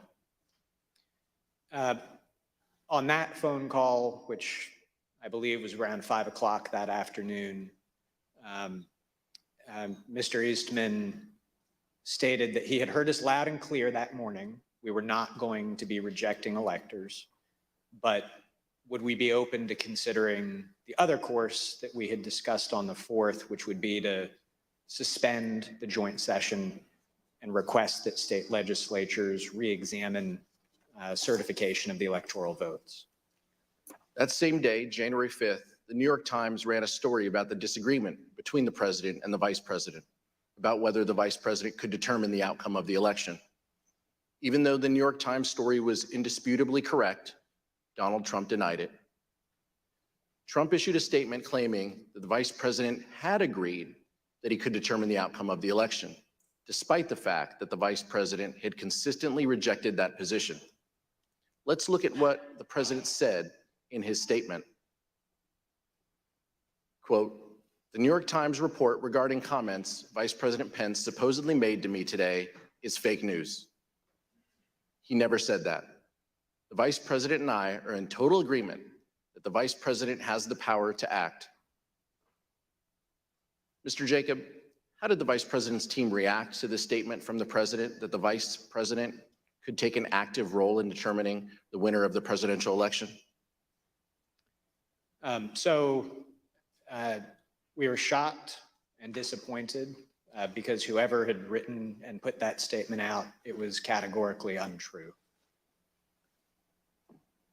Vice President's Chief of Staff, Mark Short, had an angry phone call with Trump campaign senior advisor Jason Miller about this statement. Here's what Mr. Short and Mr. Miller told the committee about that call. Okay, tell me about the conversation you had with Jason. It was brief. I was irritated and expressed displeasure that a statement could have gone out that misrepresented the Vice President's viewpoint without consultation. The statement says the Vice President and I are in total agreement that the Vice President has the power to act. Is that incorrect? I think the record shows that that's incorrect. Yeah. I mean, we've been through many documents that clarify that this is not where the Vice President was. Right. So essentially, the President is sending out a baldly false statement about being in alignment, purported alignment with the Vice President, despite all of the predicate that you indicated had gone before about their respective positions. Is that effectively what happened? I interpret the statement as false. I'll let you figure out who sent it out. When Mark Short contacted you, he was upset. Is that what you said? He clearly was not pleased. Tell us what he said. What's the process for putting out a statement for a meeting where only 2 people were in the room? Did he ask you to retract the statement? No, I think it went right to what's the process for putting out a statement for a meeting when only 2 people were in the room. And he clearly disagreed with the substance though, right? Because he said the Vice President doesn't agree with this. Trying to think what exactly he said. I mean, the tone was very clearly that he used some language to strongly infer that the Vice President disagreed with that take, but I don't remember what that language was. Did he dictate this statement? He dictated most of it. I mean, typically on these, I might have a couple of wording suggestions, or maybe I, have a sentence or a rough framework or something of that. But I know with specificity on this one that it was me and him on the phone talking through it, and ultimately the way this came out was the way that he wanted to. The dispute between the President and the Vice President had grown to the point where the Vice President's Chief of Staff, Mark Short, was concerned that the President could, in Mr. Short's words, quote, lash out at the Vice President on January 6th. In fact, Mr. Short was so concerned about it that he talked with the head of the Vice President's Secret Service detail on January 5th. Here's Mr. Short. Concern was for the Vice President's security, and so I wanted to make sure the head of the Vice President's Secret Service was aware that that likely, as these disagreements became more public, that the President would lash out in some way. After the recess, we will hear that Mark Short's concerns were justified. The Vice President was in danger. Mr. Chairman, I reserve. Pursuant to the order of the committee of today, the chair declares the committee in recess for a period of approximately 10 minutes.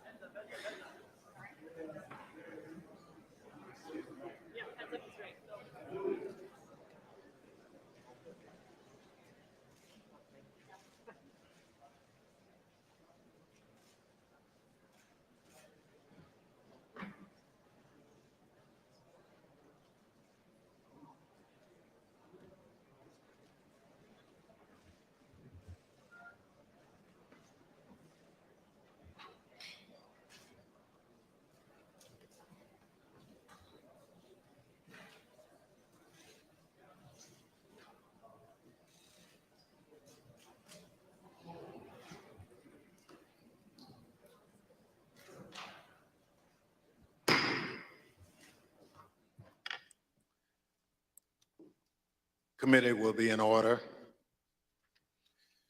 Gentleman from California, Mr. Aguilar, is recognized. I'd now like to turn to the events of January 6, 2021, which turned out to be a fateful day in our nation's history. Despite the fact that the Vice President consistently told the President that he did not have and would not want the power to decide the outcome of the presidential election, Donald Trump continued to pressure the Vice President, both publicly and privately.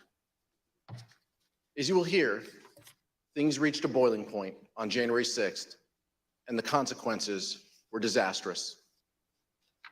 In the middle of the night, on January 5th, into the morning of the 6th, around 1 a.m., President Trump tweeted at the Vice President, meaning that the comments in response to the President's tweet would also show up on the Vice President's Twitter feed.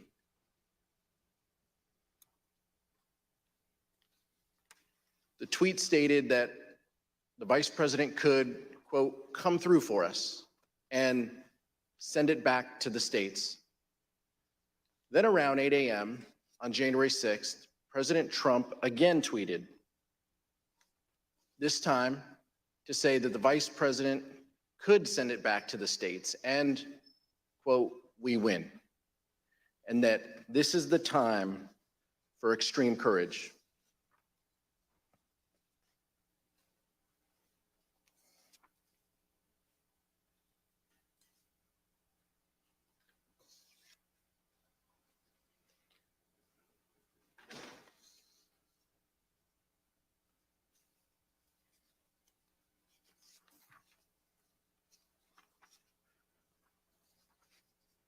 Mr. Short told us during his deposition that the Vice President started a meeting on January 6th in prayer.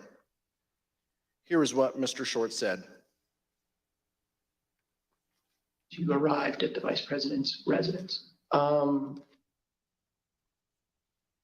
As would often be the case, I recall that knowing it would be an important day, we gathered in prayer. And often that would be something the staff member would lead. So it would have just been at that time, I believe, the Vice President, myself, Greg, and Chris. And we would have just asked for guidance and wisdom, knowing that the day was going to be a challenging one. Mr. Jacob, did you go to the Vice President's residences on the morning of January 6th? Yes. Who else was with you? Mark Short, Devin O'Malley, our communications director, and Chris Hodgson, our legislative affairs director. And did the Vice President have a call with the President that morning? He did. Were you with the Vice President during the call? So we had been putting the Vice President had finalized his statement overnight. We were in the process of proofing it so that we could get that out. And we were told that a call had come in from the President. The Vice President stepped out of the room to take that call, and no staff went with him. The President had several family members with him in the Oval that morning for that call. I'd like to show you what they and others told the Select Committee about that call, along with never-before-seen photographs of the President on that call from the National Archives. When I got in, somebody called me and said that the family and others were in the Oval. And do I want to come up? So I went upstairs. And who do you recall being in the Oval Office? Don Jr., Eric, Laura, Kimberly, I believe Meadows was there. At some point, Ivanka came in. It wasn't a specific, formal discussion. It was very sort of loose and casual. So then you said at some point there's a telephone conversation between the President and the Vice President. Is that correct? Yes. When I entered the office the second time, he was on the telephone with who I later found out to be was the Vice President. Could you hear the Vice President or only hear the President's end? Only hear the President's end. And at some point, it started off as a calmer tone and everything, and then became heated. The conversation was pretty heated. I think till it became somewhat, louder tone, I don't think anyone was paying attention to it initially. Did you hear any part of the phone call, even if just the end that the president was speaking from? I did, yes. All right, and what did you hear? So as I was dropping off the note, my memory, I remember hearing the word wimp. Either he called him a wimp. I don't remember if he said, "You are a wimp, you'll be a wimp." Wimp is the word I remember. It's also been reported that the president said to the vice president that something to the effect of, "You don't have the courage to make a hard decision." Worse, I don't remember exactly either, but something like that, yeah. You're not tough enough to make the call. It was a different tone than I'd heard him take with the vice president before. Did Ms. Trump share with you any more details about what had happened, or any details about what had happened in the Oval Office that morning? That her dad had just had an upsetting conversation with the vice president. Do you recall anything about her demeanor, either during the meeting or when you encountered her in Dan Scavino's office? I don't remember specifically. I mean, I think she was uncomfortable over the fact that there was obviously that type of interaction between the two of them. Something to the effect, the wording's wrong. I made the wrong decision 4 or 5 years ago. And the word that she relayed to that the president called the vice president, I apologize for being impolite, but do you remember what she said her father called him? The P word.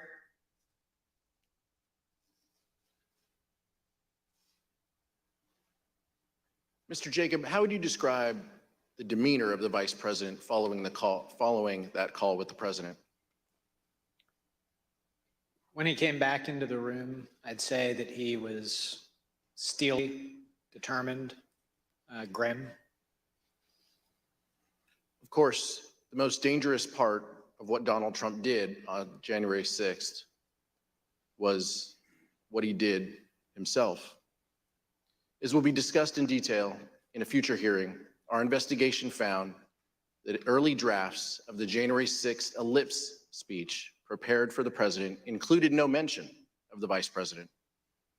But the president revised it to include criticism of the vice president and then further ad-libbed. Here is what the president said on January 6th after his call with Vice President Pence. I hope Mike is going to do the right thing. I hope so. I hope so. Because if Mike Pence does the right thing, we win the election. All Vice President Pence has to do is send it back to the states to recertify. And we become president, and you are the happiest people.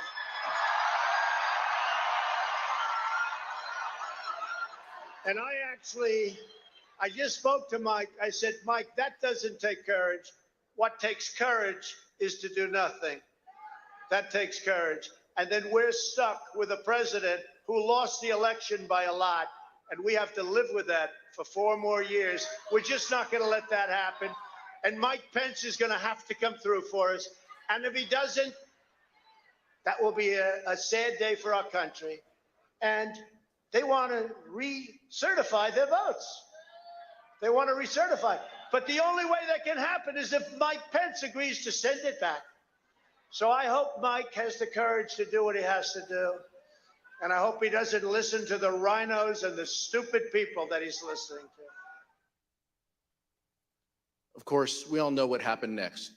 The president's words had an effect. President Trump's supporters became angry. When the vice president issued his public letter, the crowd at the Capitol erupted in anger. The rioters who had erected makeshift gallows began chanting, "Hang Mike Pence." Testimony in our investigation has made clear what the target of the rioters' ire was: Vice President Mike Pence. The rioters breached the Capitol at 2:13 p.m.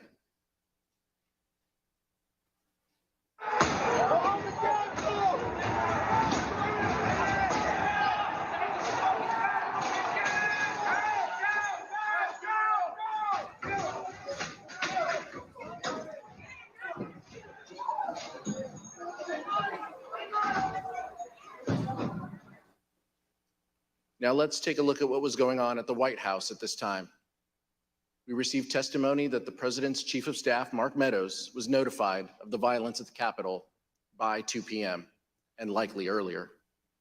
The testimony further establishes that Mr. Meadows quickly informed the President and that he did so before the President issued his 2:24 p.m. tweet criticizing Vice President Pence for not having, quote, courage to do what needed to be done. Here is what the President wrote in his 2:24 p.m. tweet while the violence at the Capitol was going on. And here is what the rioters thought. Nothing but a traitor, and he deserves to burn with the rest of them. So it's all escalated after Pence. What happened to Pence?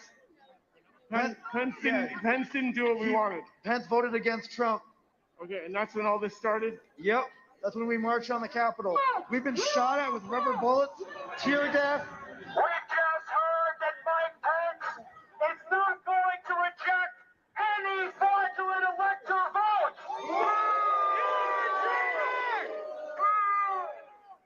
That's right. You heard it here first. Mike Pence has betrayed the United States of America. Fuck you, Mike Pence. Mike Pence has betrayed this president, and he has betrayed the people of the United States, and we will never, ever forget. It's real simple.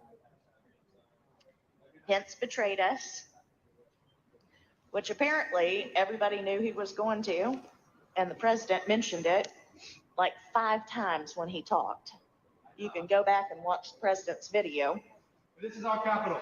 Let's be respectful to him. There's 4 million people coming in, so there's a lot of control. We love you guys. We love the cops.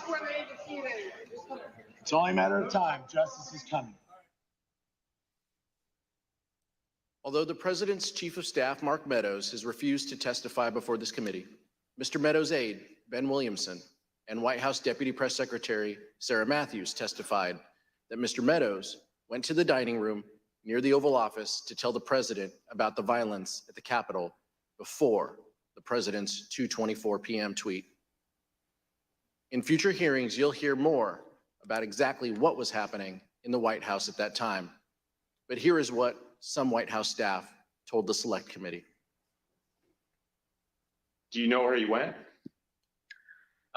Yes, I followed him down the hallway, and I followed him into the outer Oval corridor, which is the hallway between the Oval Office hallway and the outer Oval section of the Oval Office. I followed him into that little corridor hallway. I saw him walk into outer Oval. I maybe took a step into outer Oval and then left. And I don't know where he went outside of that, but it looked like he was headed in the direction of the Oval Office. You know, we had all talked about at that point about how it was bad and the, you know, situation was getting out of hand. And I know Ben Williamson and I were conferring, and we thought that the president needed to tweet something and tweet something immediately. And I think when Kaylee gave us that order of don't say anything to the media, I told her that I thought the president needed to tweet something. And then I remember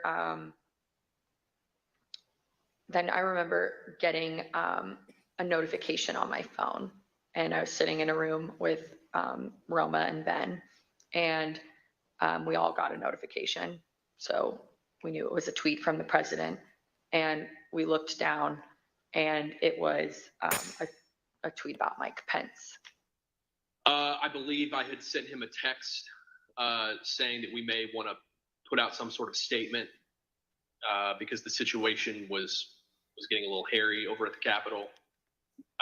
And then it was common for, after I would text him, I would just go down and see him in person. You went down to speak with Mark Meadows after this. What was that conversation? Very brief. I went down and told him the same thing I have in the text that I can recall. And I don't remember anything that was said between us other than I told him that. And to my recollection, he immediately got up and left his office. Our investigation found that immediately after the president's 2:24 p.m. tweet, the crowds both outside the Capitol and inside the Capitol surged. The crowds inside the Capitol were able to overwhelm the law enforcement presence, and the vice president was quickly evacuated from his ceremonial Senate office to a secure location within the Capitol complex.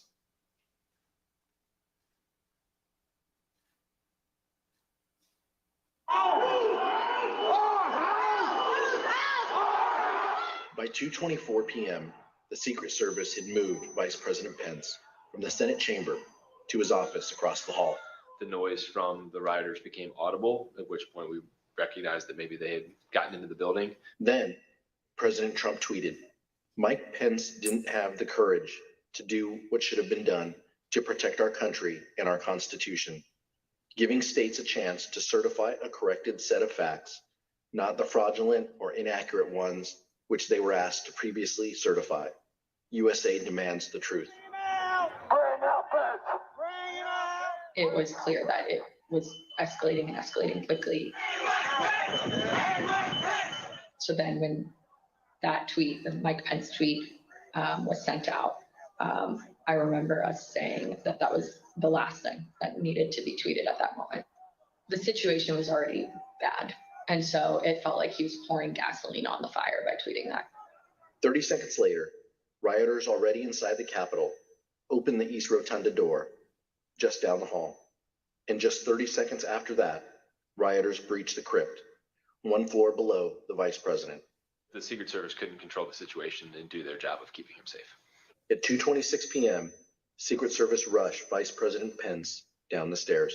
I think they've been trying to figure out whether they had a clear route to get us to wherever it was that they wanted to move us to. We moved pretty quickly down the stairs and through various hallways and tunnels to the secure location. Upon arriving there, there was further discussion as to whether or not we were going to leave the Capitol complex or stay where we were. Vice President Pence and his team ultimately were led to a secure location where they stayed for the next 4.5 hours, barely missing rioters a few feet away.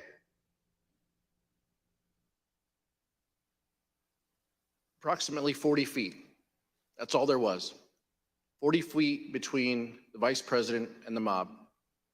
Mr. Jacob, you were there, seeing that for the first time. Does it surprise you to see how close the mob was to the evacuation route that you took? The 40 feet is the distance from me to you, roughly. I could hear the din of the rioters in the building while we moved, but I don't think I was aware that they were as close as that. Make no mistake about the fact that the vice president's life was in danger.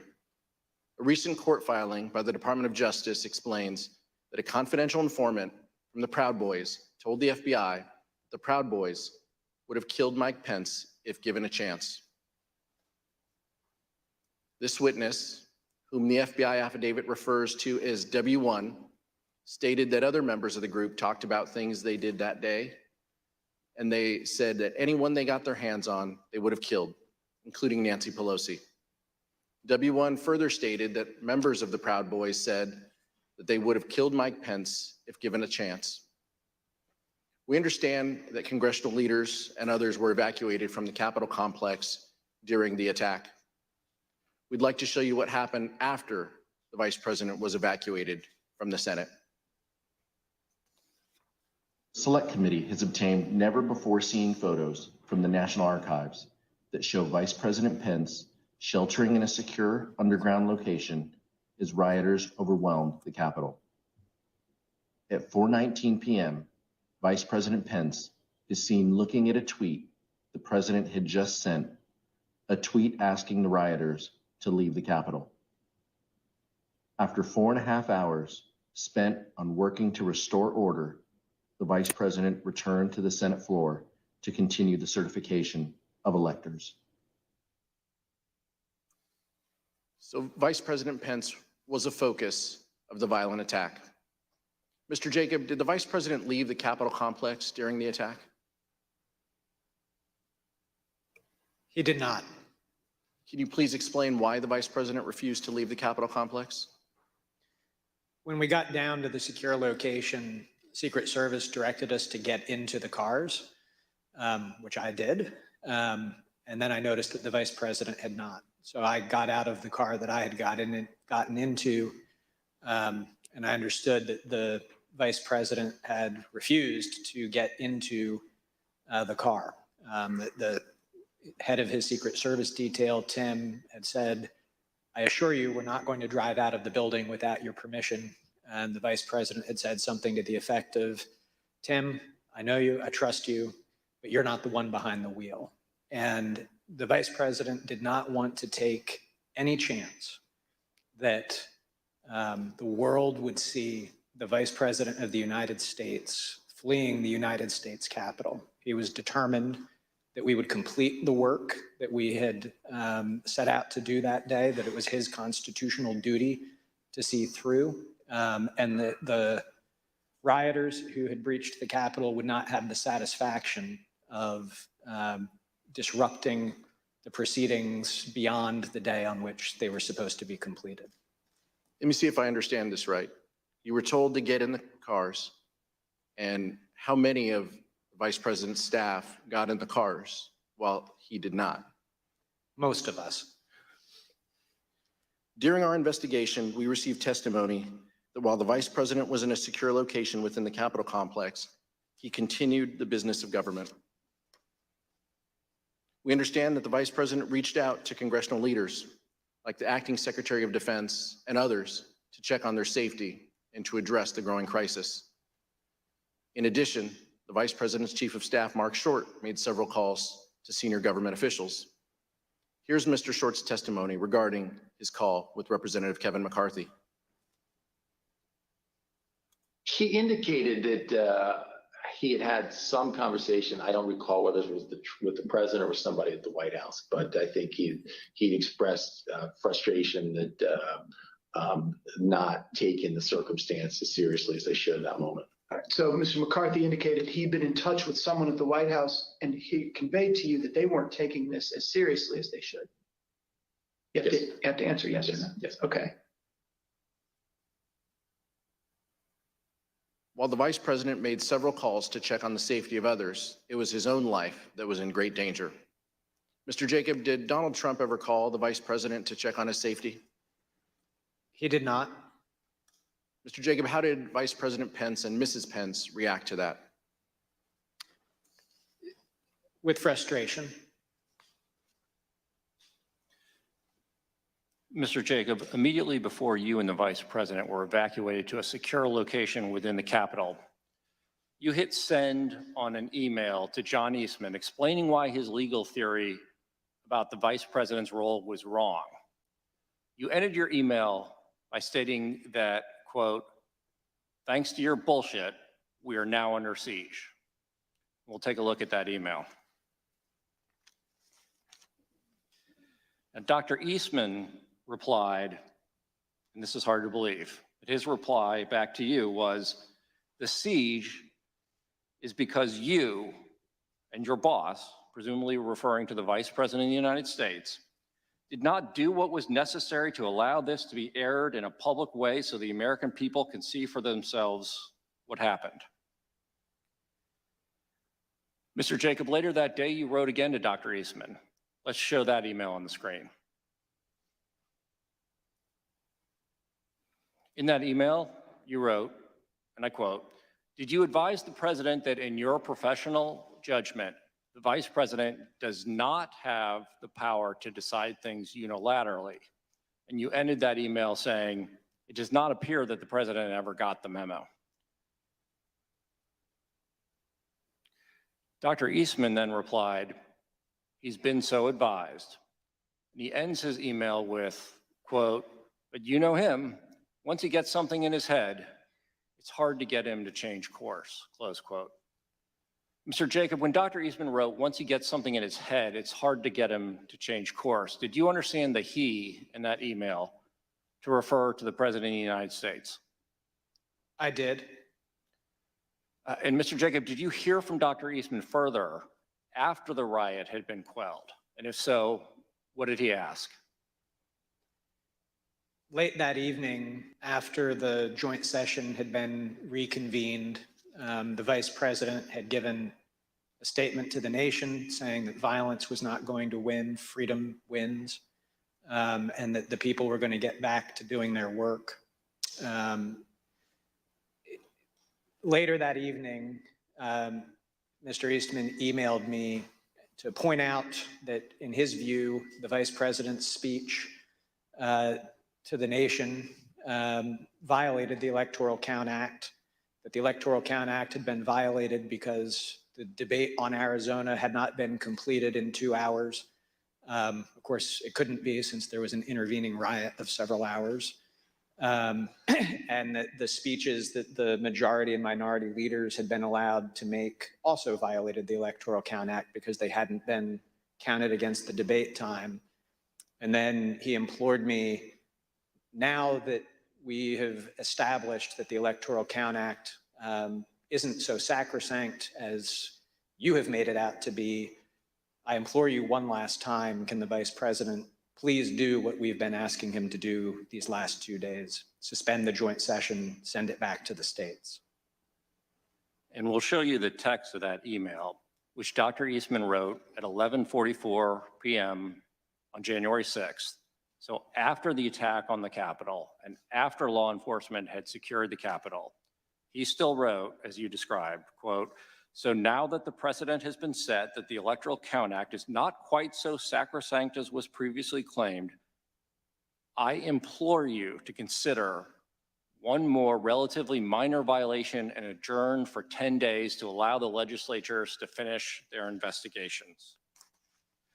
So even after the attack on the Capitol had been quelled, Dr. Eastman requested, in writing no less, that the vice president violate the law by delaying the certification and sending the question back to the states. Is that correct, Mr. Jacob? It is. Did you eventually share Dr. Eastman's proposal with Vice President Pence? Not right at that time because the vice president was completing the work that it was his duty to do.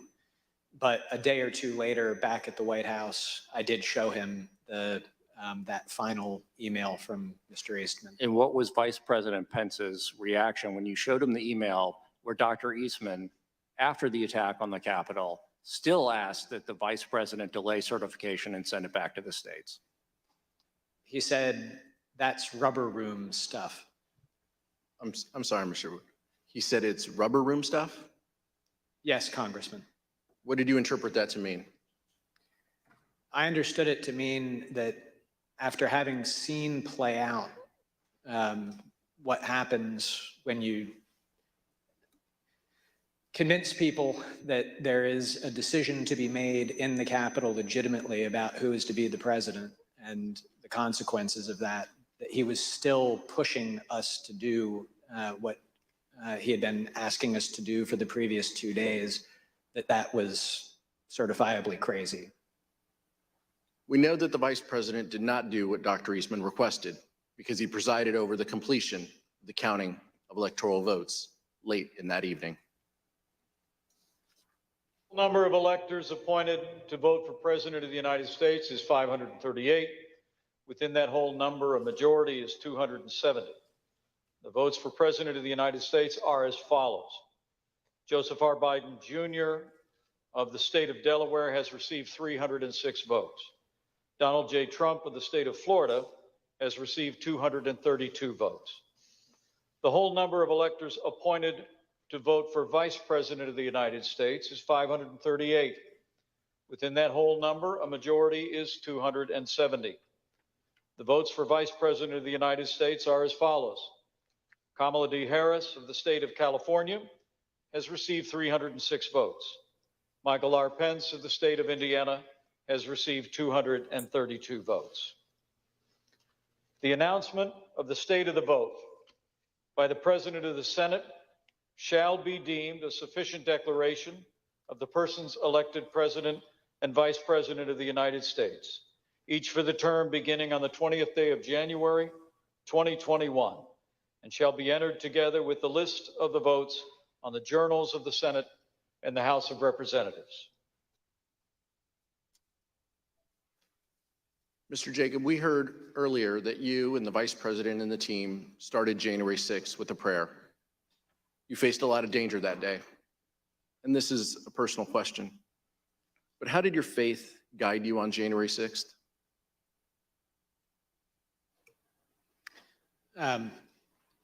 My faith really sustained me through it. I, down in the secure location, pulled out my Bible, read through it, and just took great comfort. Daniel 6 was where I went, and in Daniel 6, Daniel has become the second in command of Babylon, a pagan nation, but he completely faithfully serves. He refuses an order from the king that he cannot follow, and he does his duty consistent with his oath to God. And I felt that that's what had played out that day. It spoke to you. Yes. At the end of the day, Mark Short sent the Vice President a text message with a Bible verse. Here's what he told the Select Committee.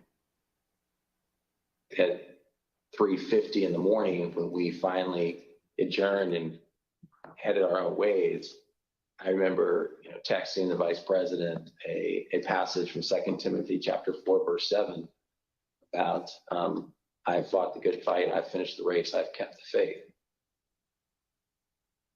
He started his day with a prayer and ended his day with a Bible verse. I've fought the good fight, I've finished the race, I've kept the faith.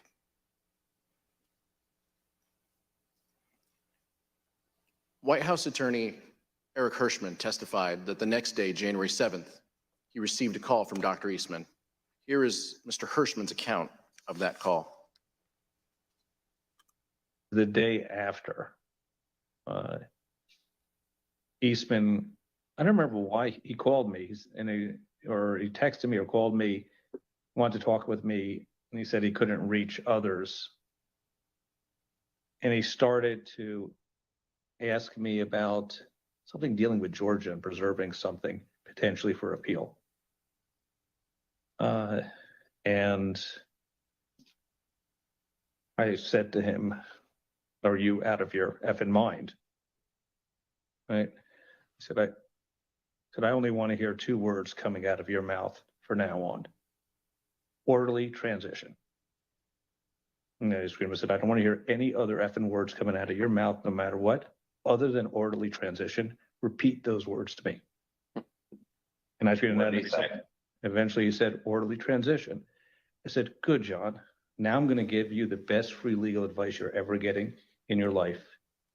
Get a great effing criminal defense lawyer. You're going to need it. And then I hung up on him. In fact, just a few days later, Dr. Eastman emailed Rudy Giuliani and requested that he be included on a list of potential recipients of a presidential pardon. Dr. Eastman's email stated, quote, I've decided that I should be on the pardon list, if that is still in the works. Dr. Eastman did not receive his presidential pardon. So let's see what Dr. Eastman did as a result when he was deposed by this committee. I assert my Fifth Amendment right against being compelled to be a witness against myself. Did the Trump legal team ask you to prepare a memorandum regarding the vice president's role in the counting of electoral votes at the joint session of Congress on January 6, 2021? Yeah. Dr. Eastman, did you advise the President of the United States that the Vice President could reject electors from 7 states and declare that the President had been reelected? Yeah. Dr. Eastman, the first sentence of the memo starts off by saying 7 states have transmitted dual slates of electors to the President of the Senate. Is that statement in this memo true? Yeah. Did President Trump authorize you to discuss publicly your January 4th, 2021 conversation with him? Fifth.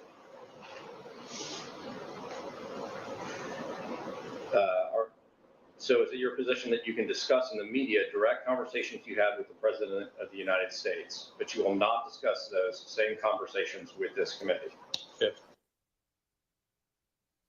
Dr. Eastman pled the fifth 100 times.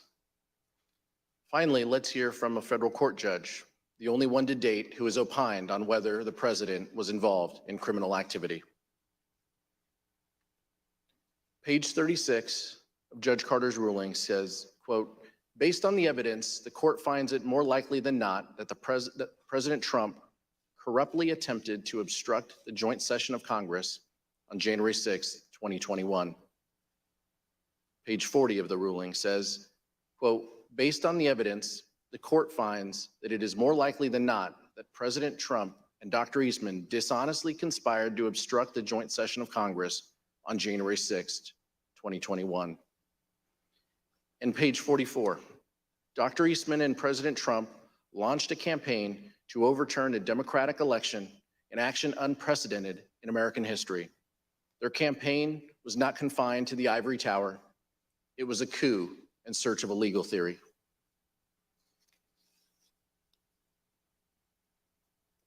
Mr. Jacob, what would have happened to our democracy if Vice President Pence had gone along with this plan and certified Donald Trump as the winner of the 2020 election? So there would have been short-term and long-term effects. The short-term I previously described, a constitutional jump ball situation, political chaos in Washington, lawsuits, and who knows what happening in the streets. And you would have had the Vice President of the United States having declared that the outcomes of these state elections were incorrect. So for all of those reasons, there would have been significant short-term consequences. But in the long term, we would have established a situation where a vice president would have asserted that one person could have the authority to determine the outcome of an election, which is antithetical to everything in our democracy. It's antithetical to the rule of law. And so it would have been significant impacts, both in the short and the long term. Judge Ludig, in the statement you released earlier today, you wrote that the efforts by President Trump to overturn the 2020 election were, quote, the most reckless, insidious, and calamitous failures in both legal and political judgment in American history. What did you mean by that?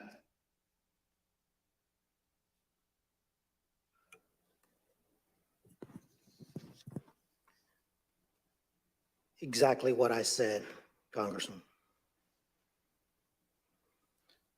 Thank you, Judge. Thank you, Mr. Jacob. Mr. Chairman, I yield back.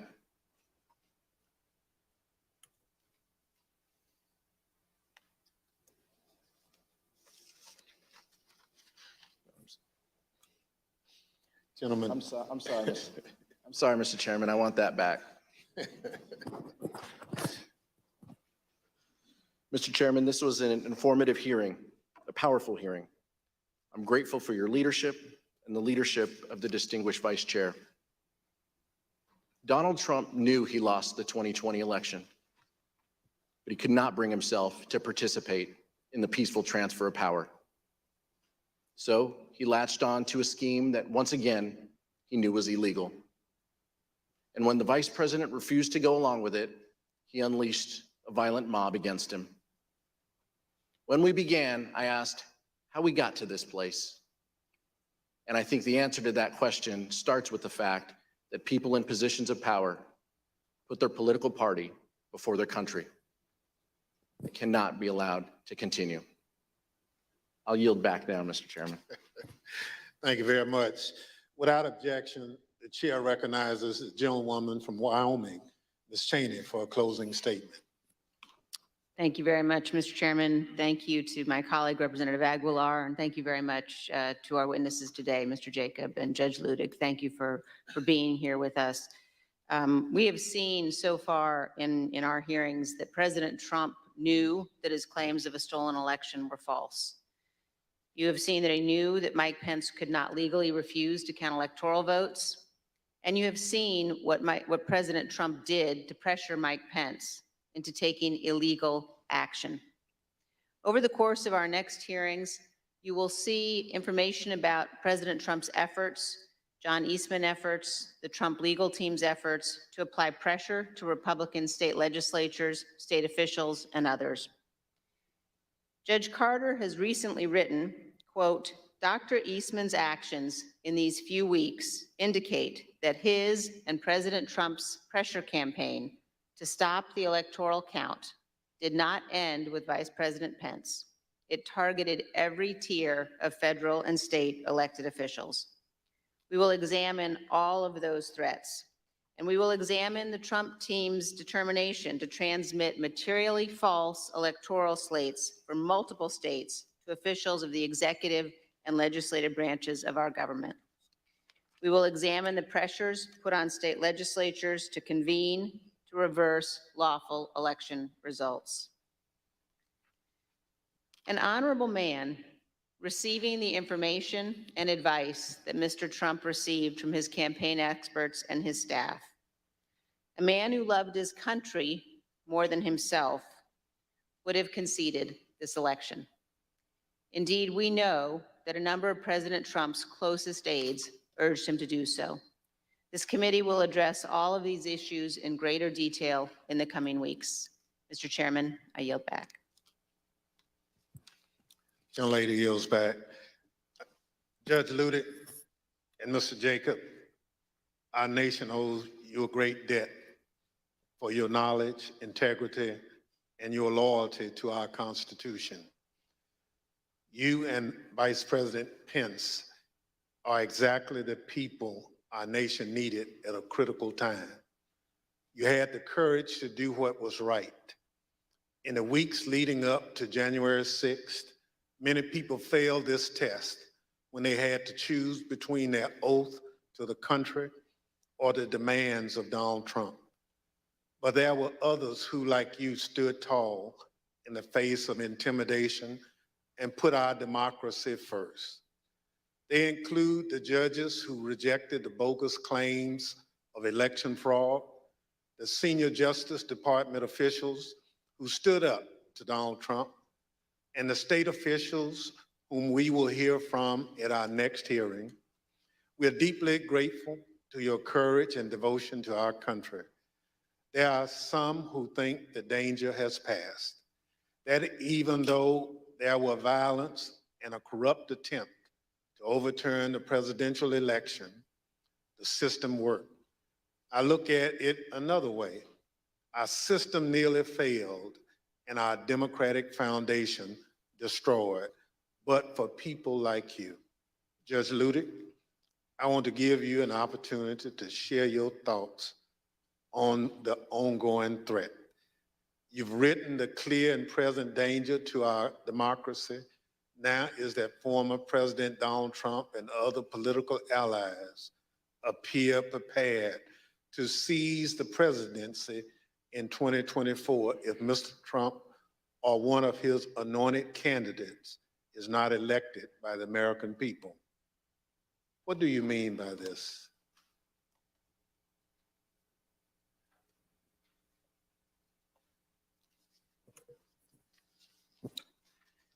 Mr. Chairman,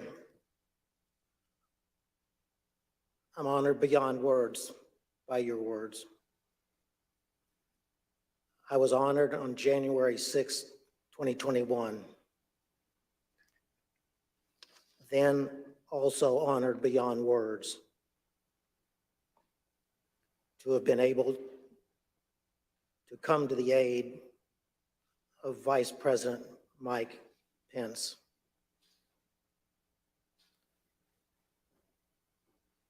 I prayed that day, just like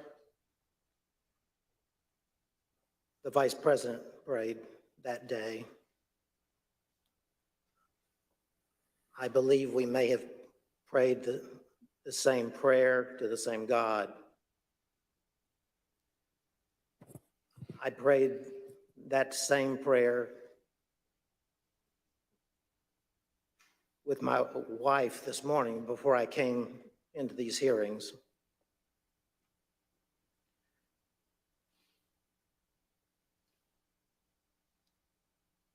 I have written, as you said, Chairman Thompson, that today, almost 2 years after that fateful day in January 2021, that still Donald Trump and his allies and supporters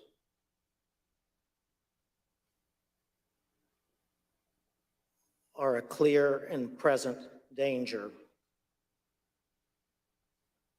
to American democracy.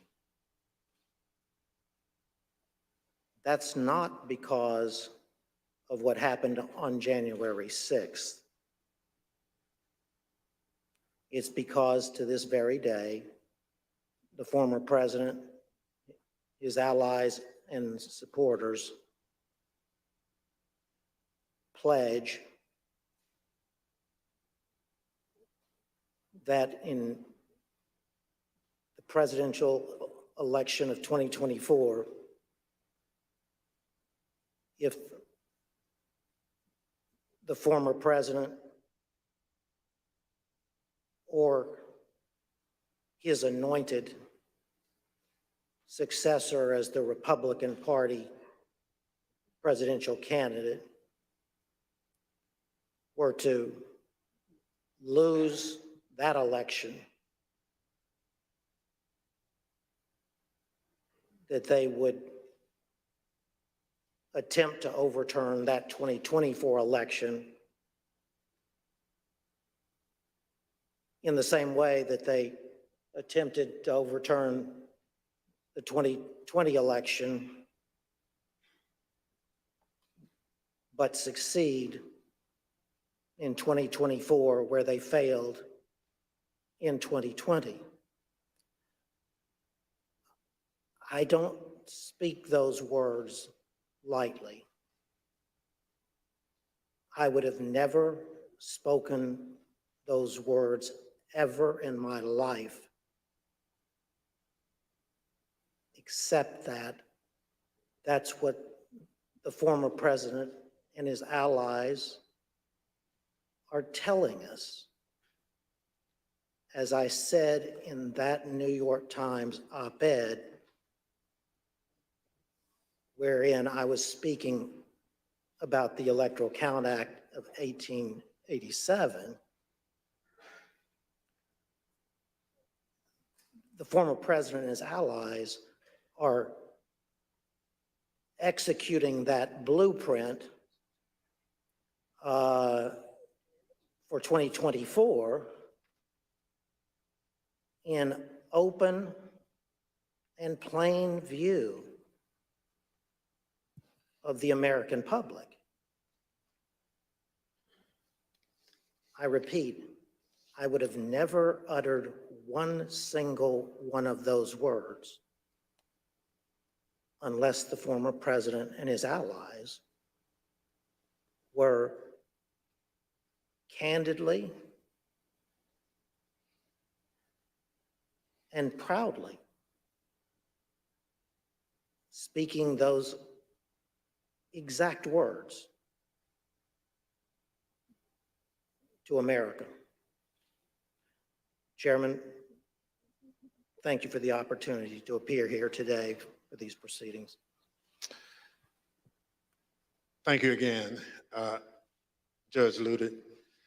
As a part of the Select Committee's charge to make recommendations that are informed by other investigative findings, we will be reviewing the views shared by Judge Ludick and other experts on potential improvements to the Electoral Count Act, among a range of other initiatives. I know the information we presented over the last week is shocking. The idea that a president of the United States would orchestrate a scheme to stay in power after the people have voted him out of office. We're able to present this information because so many witnesses have cooperated with our probe.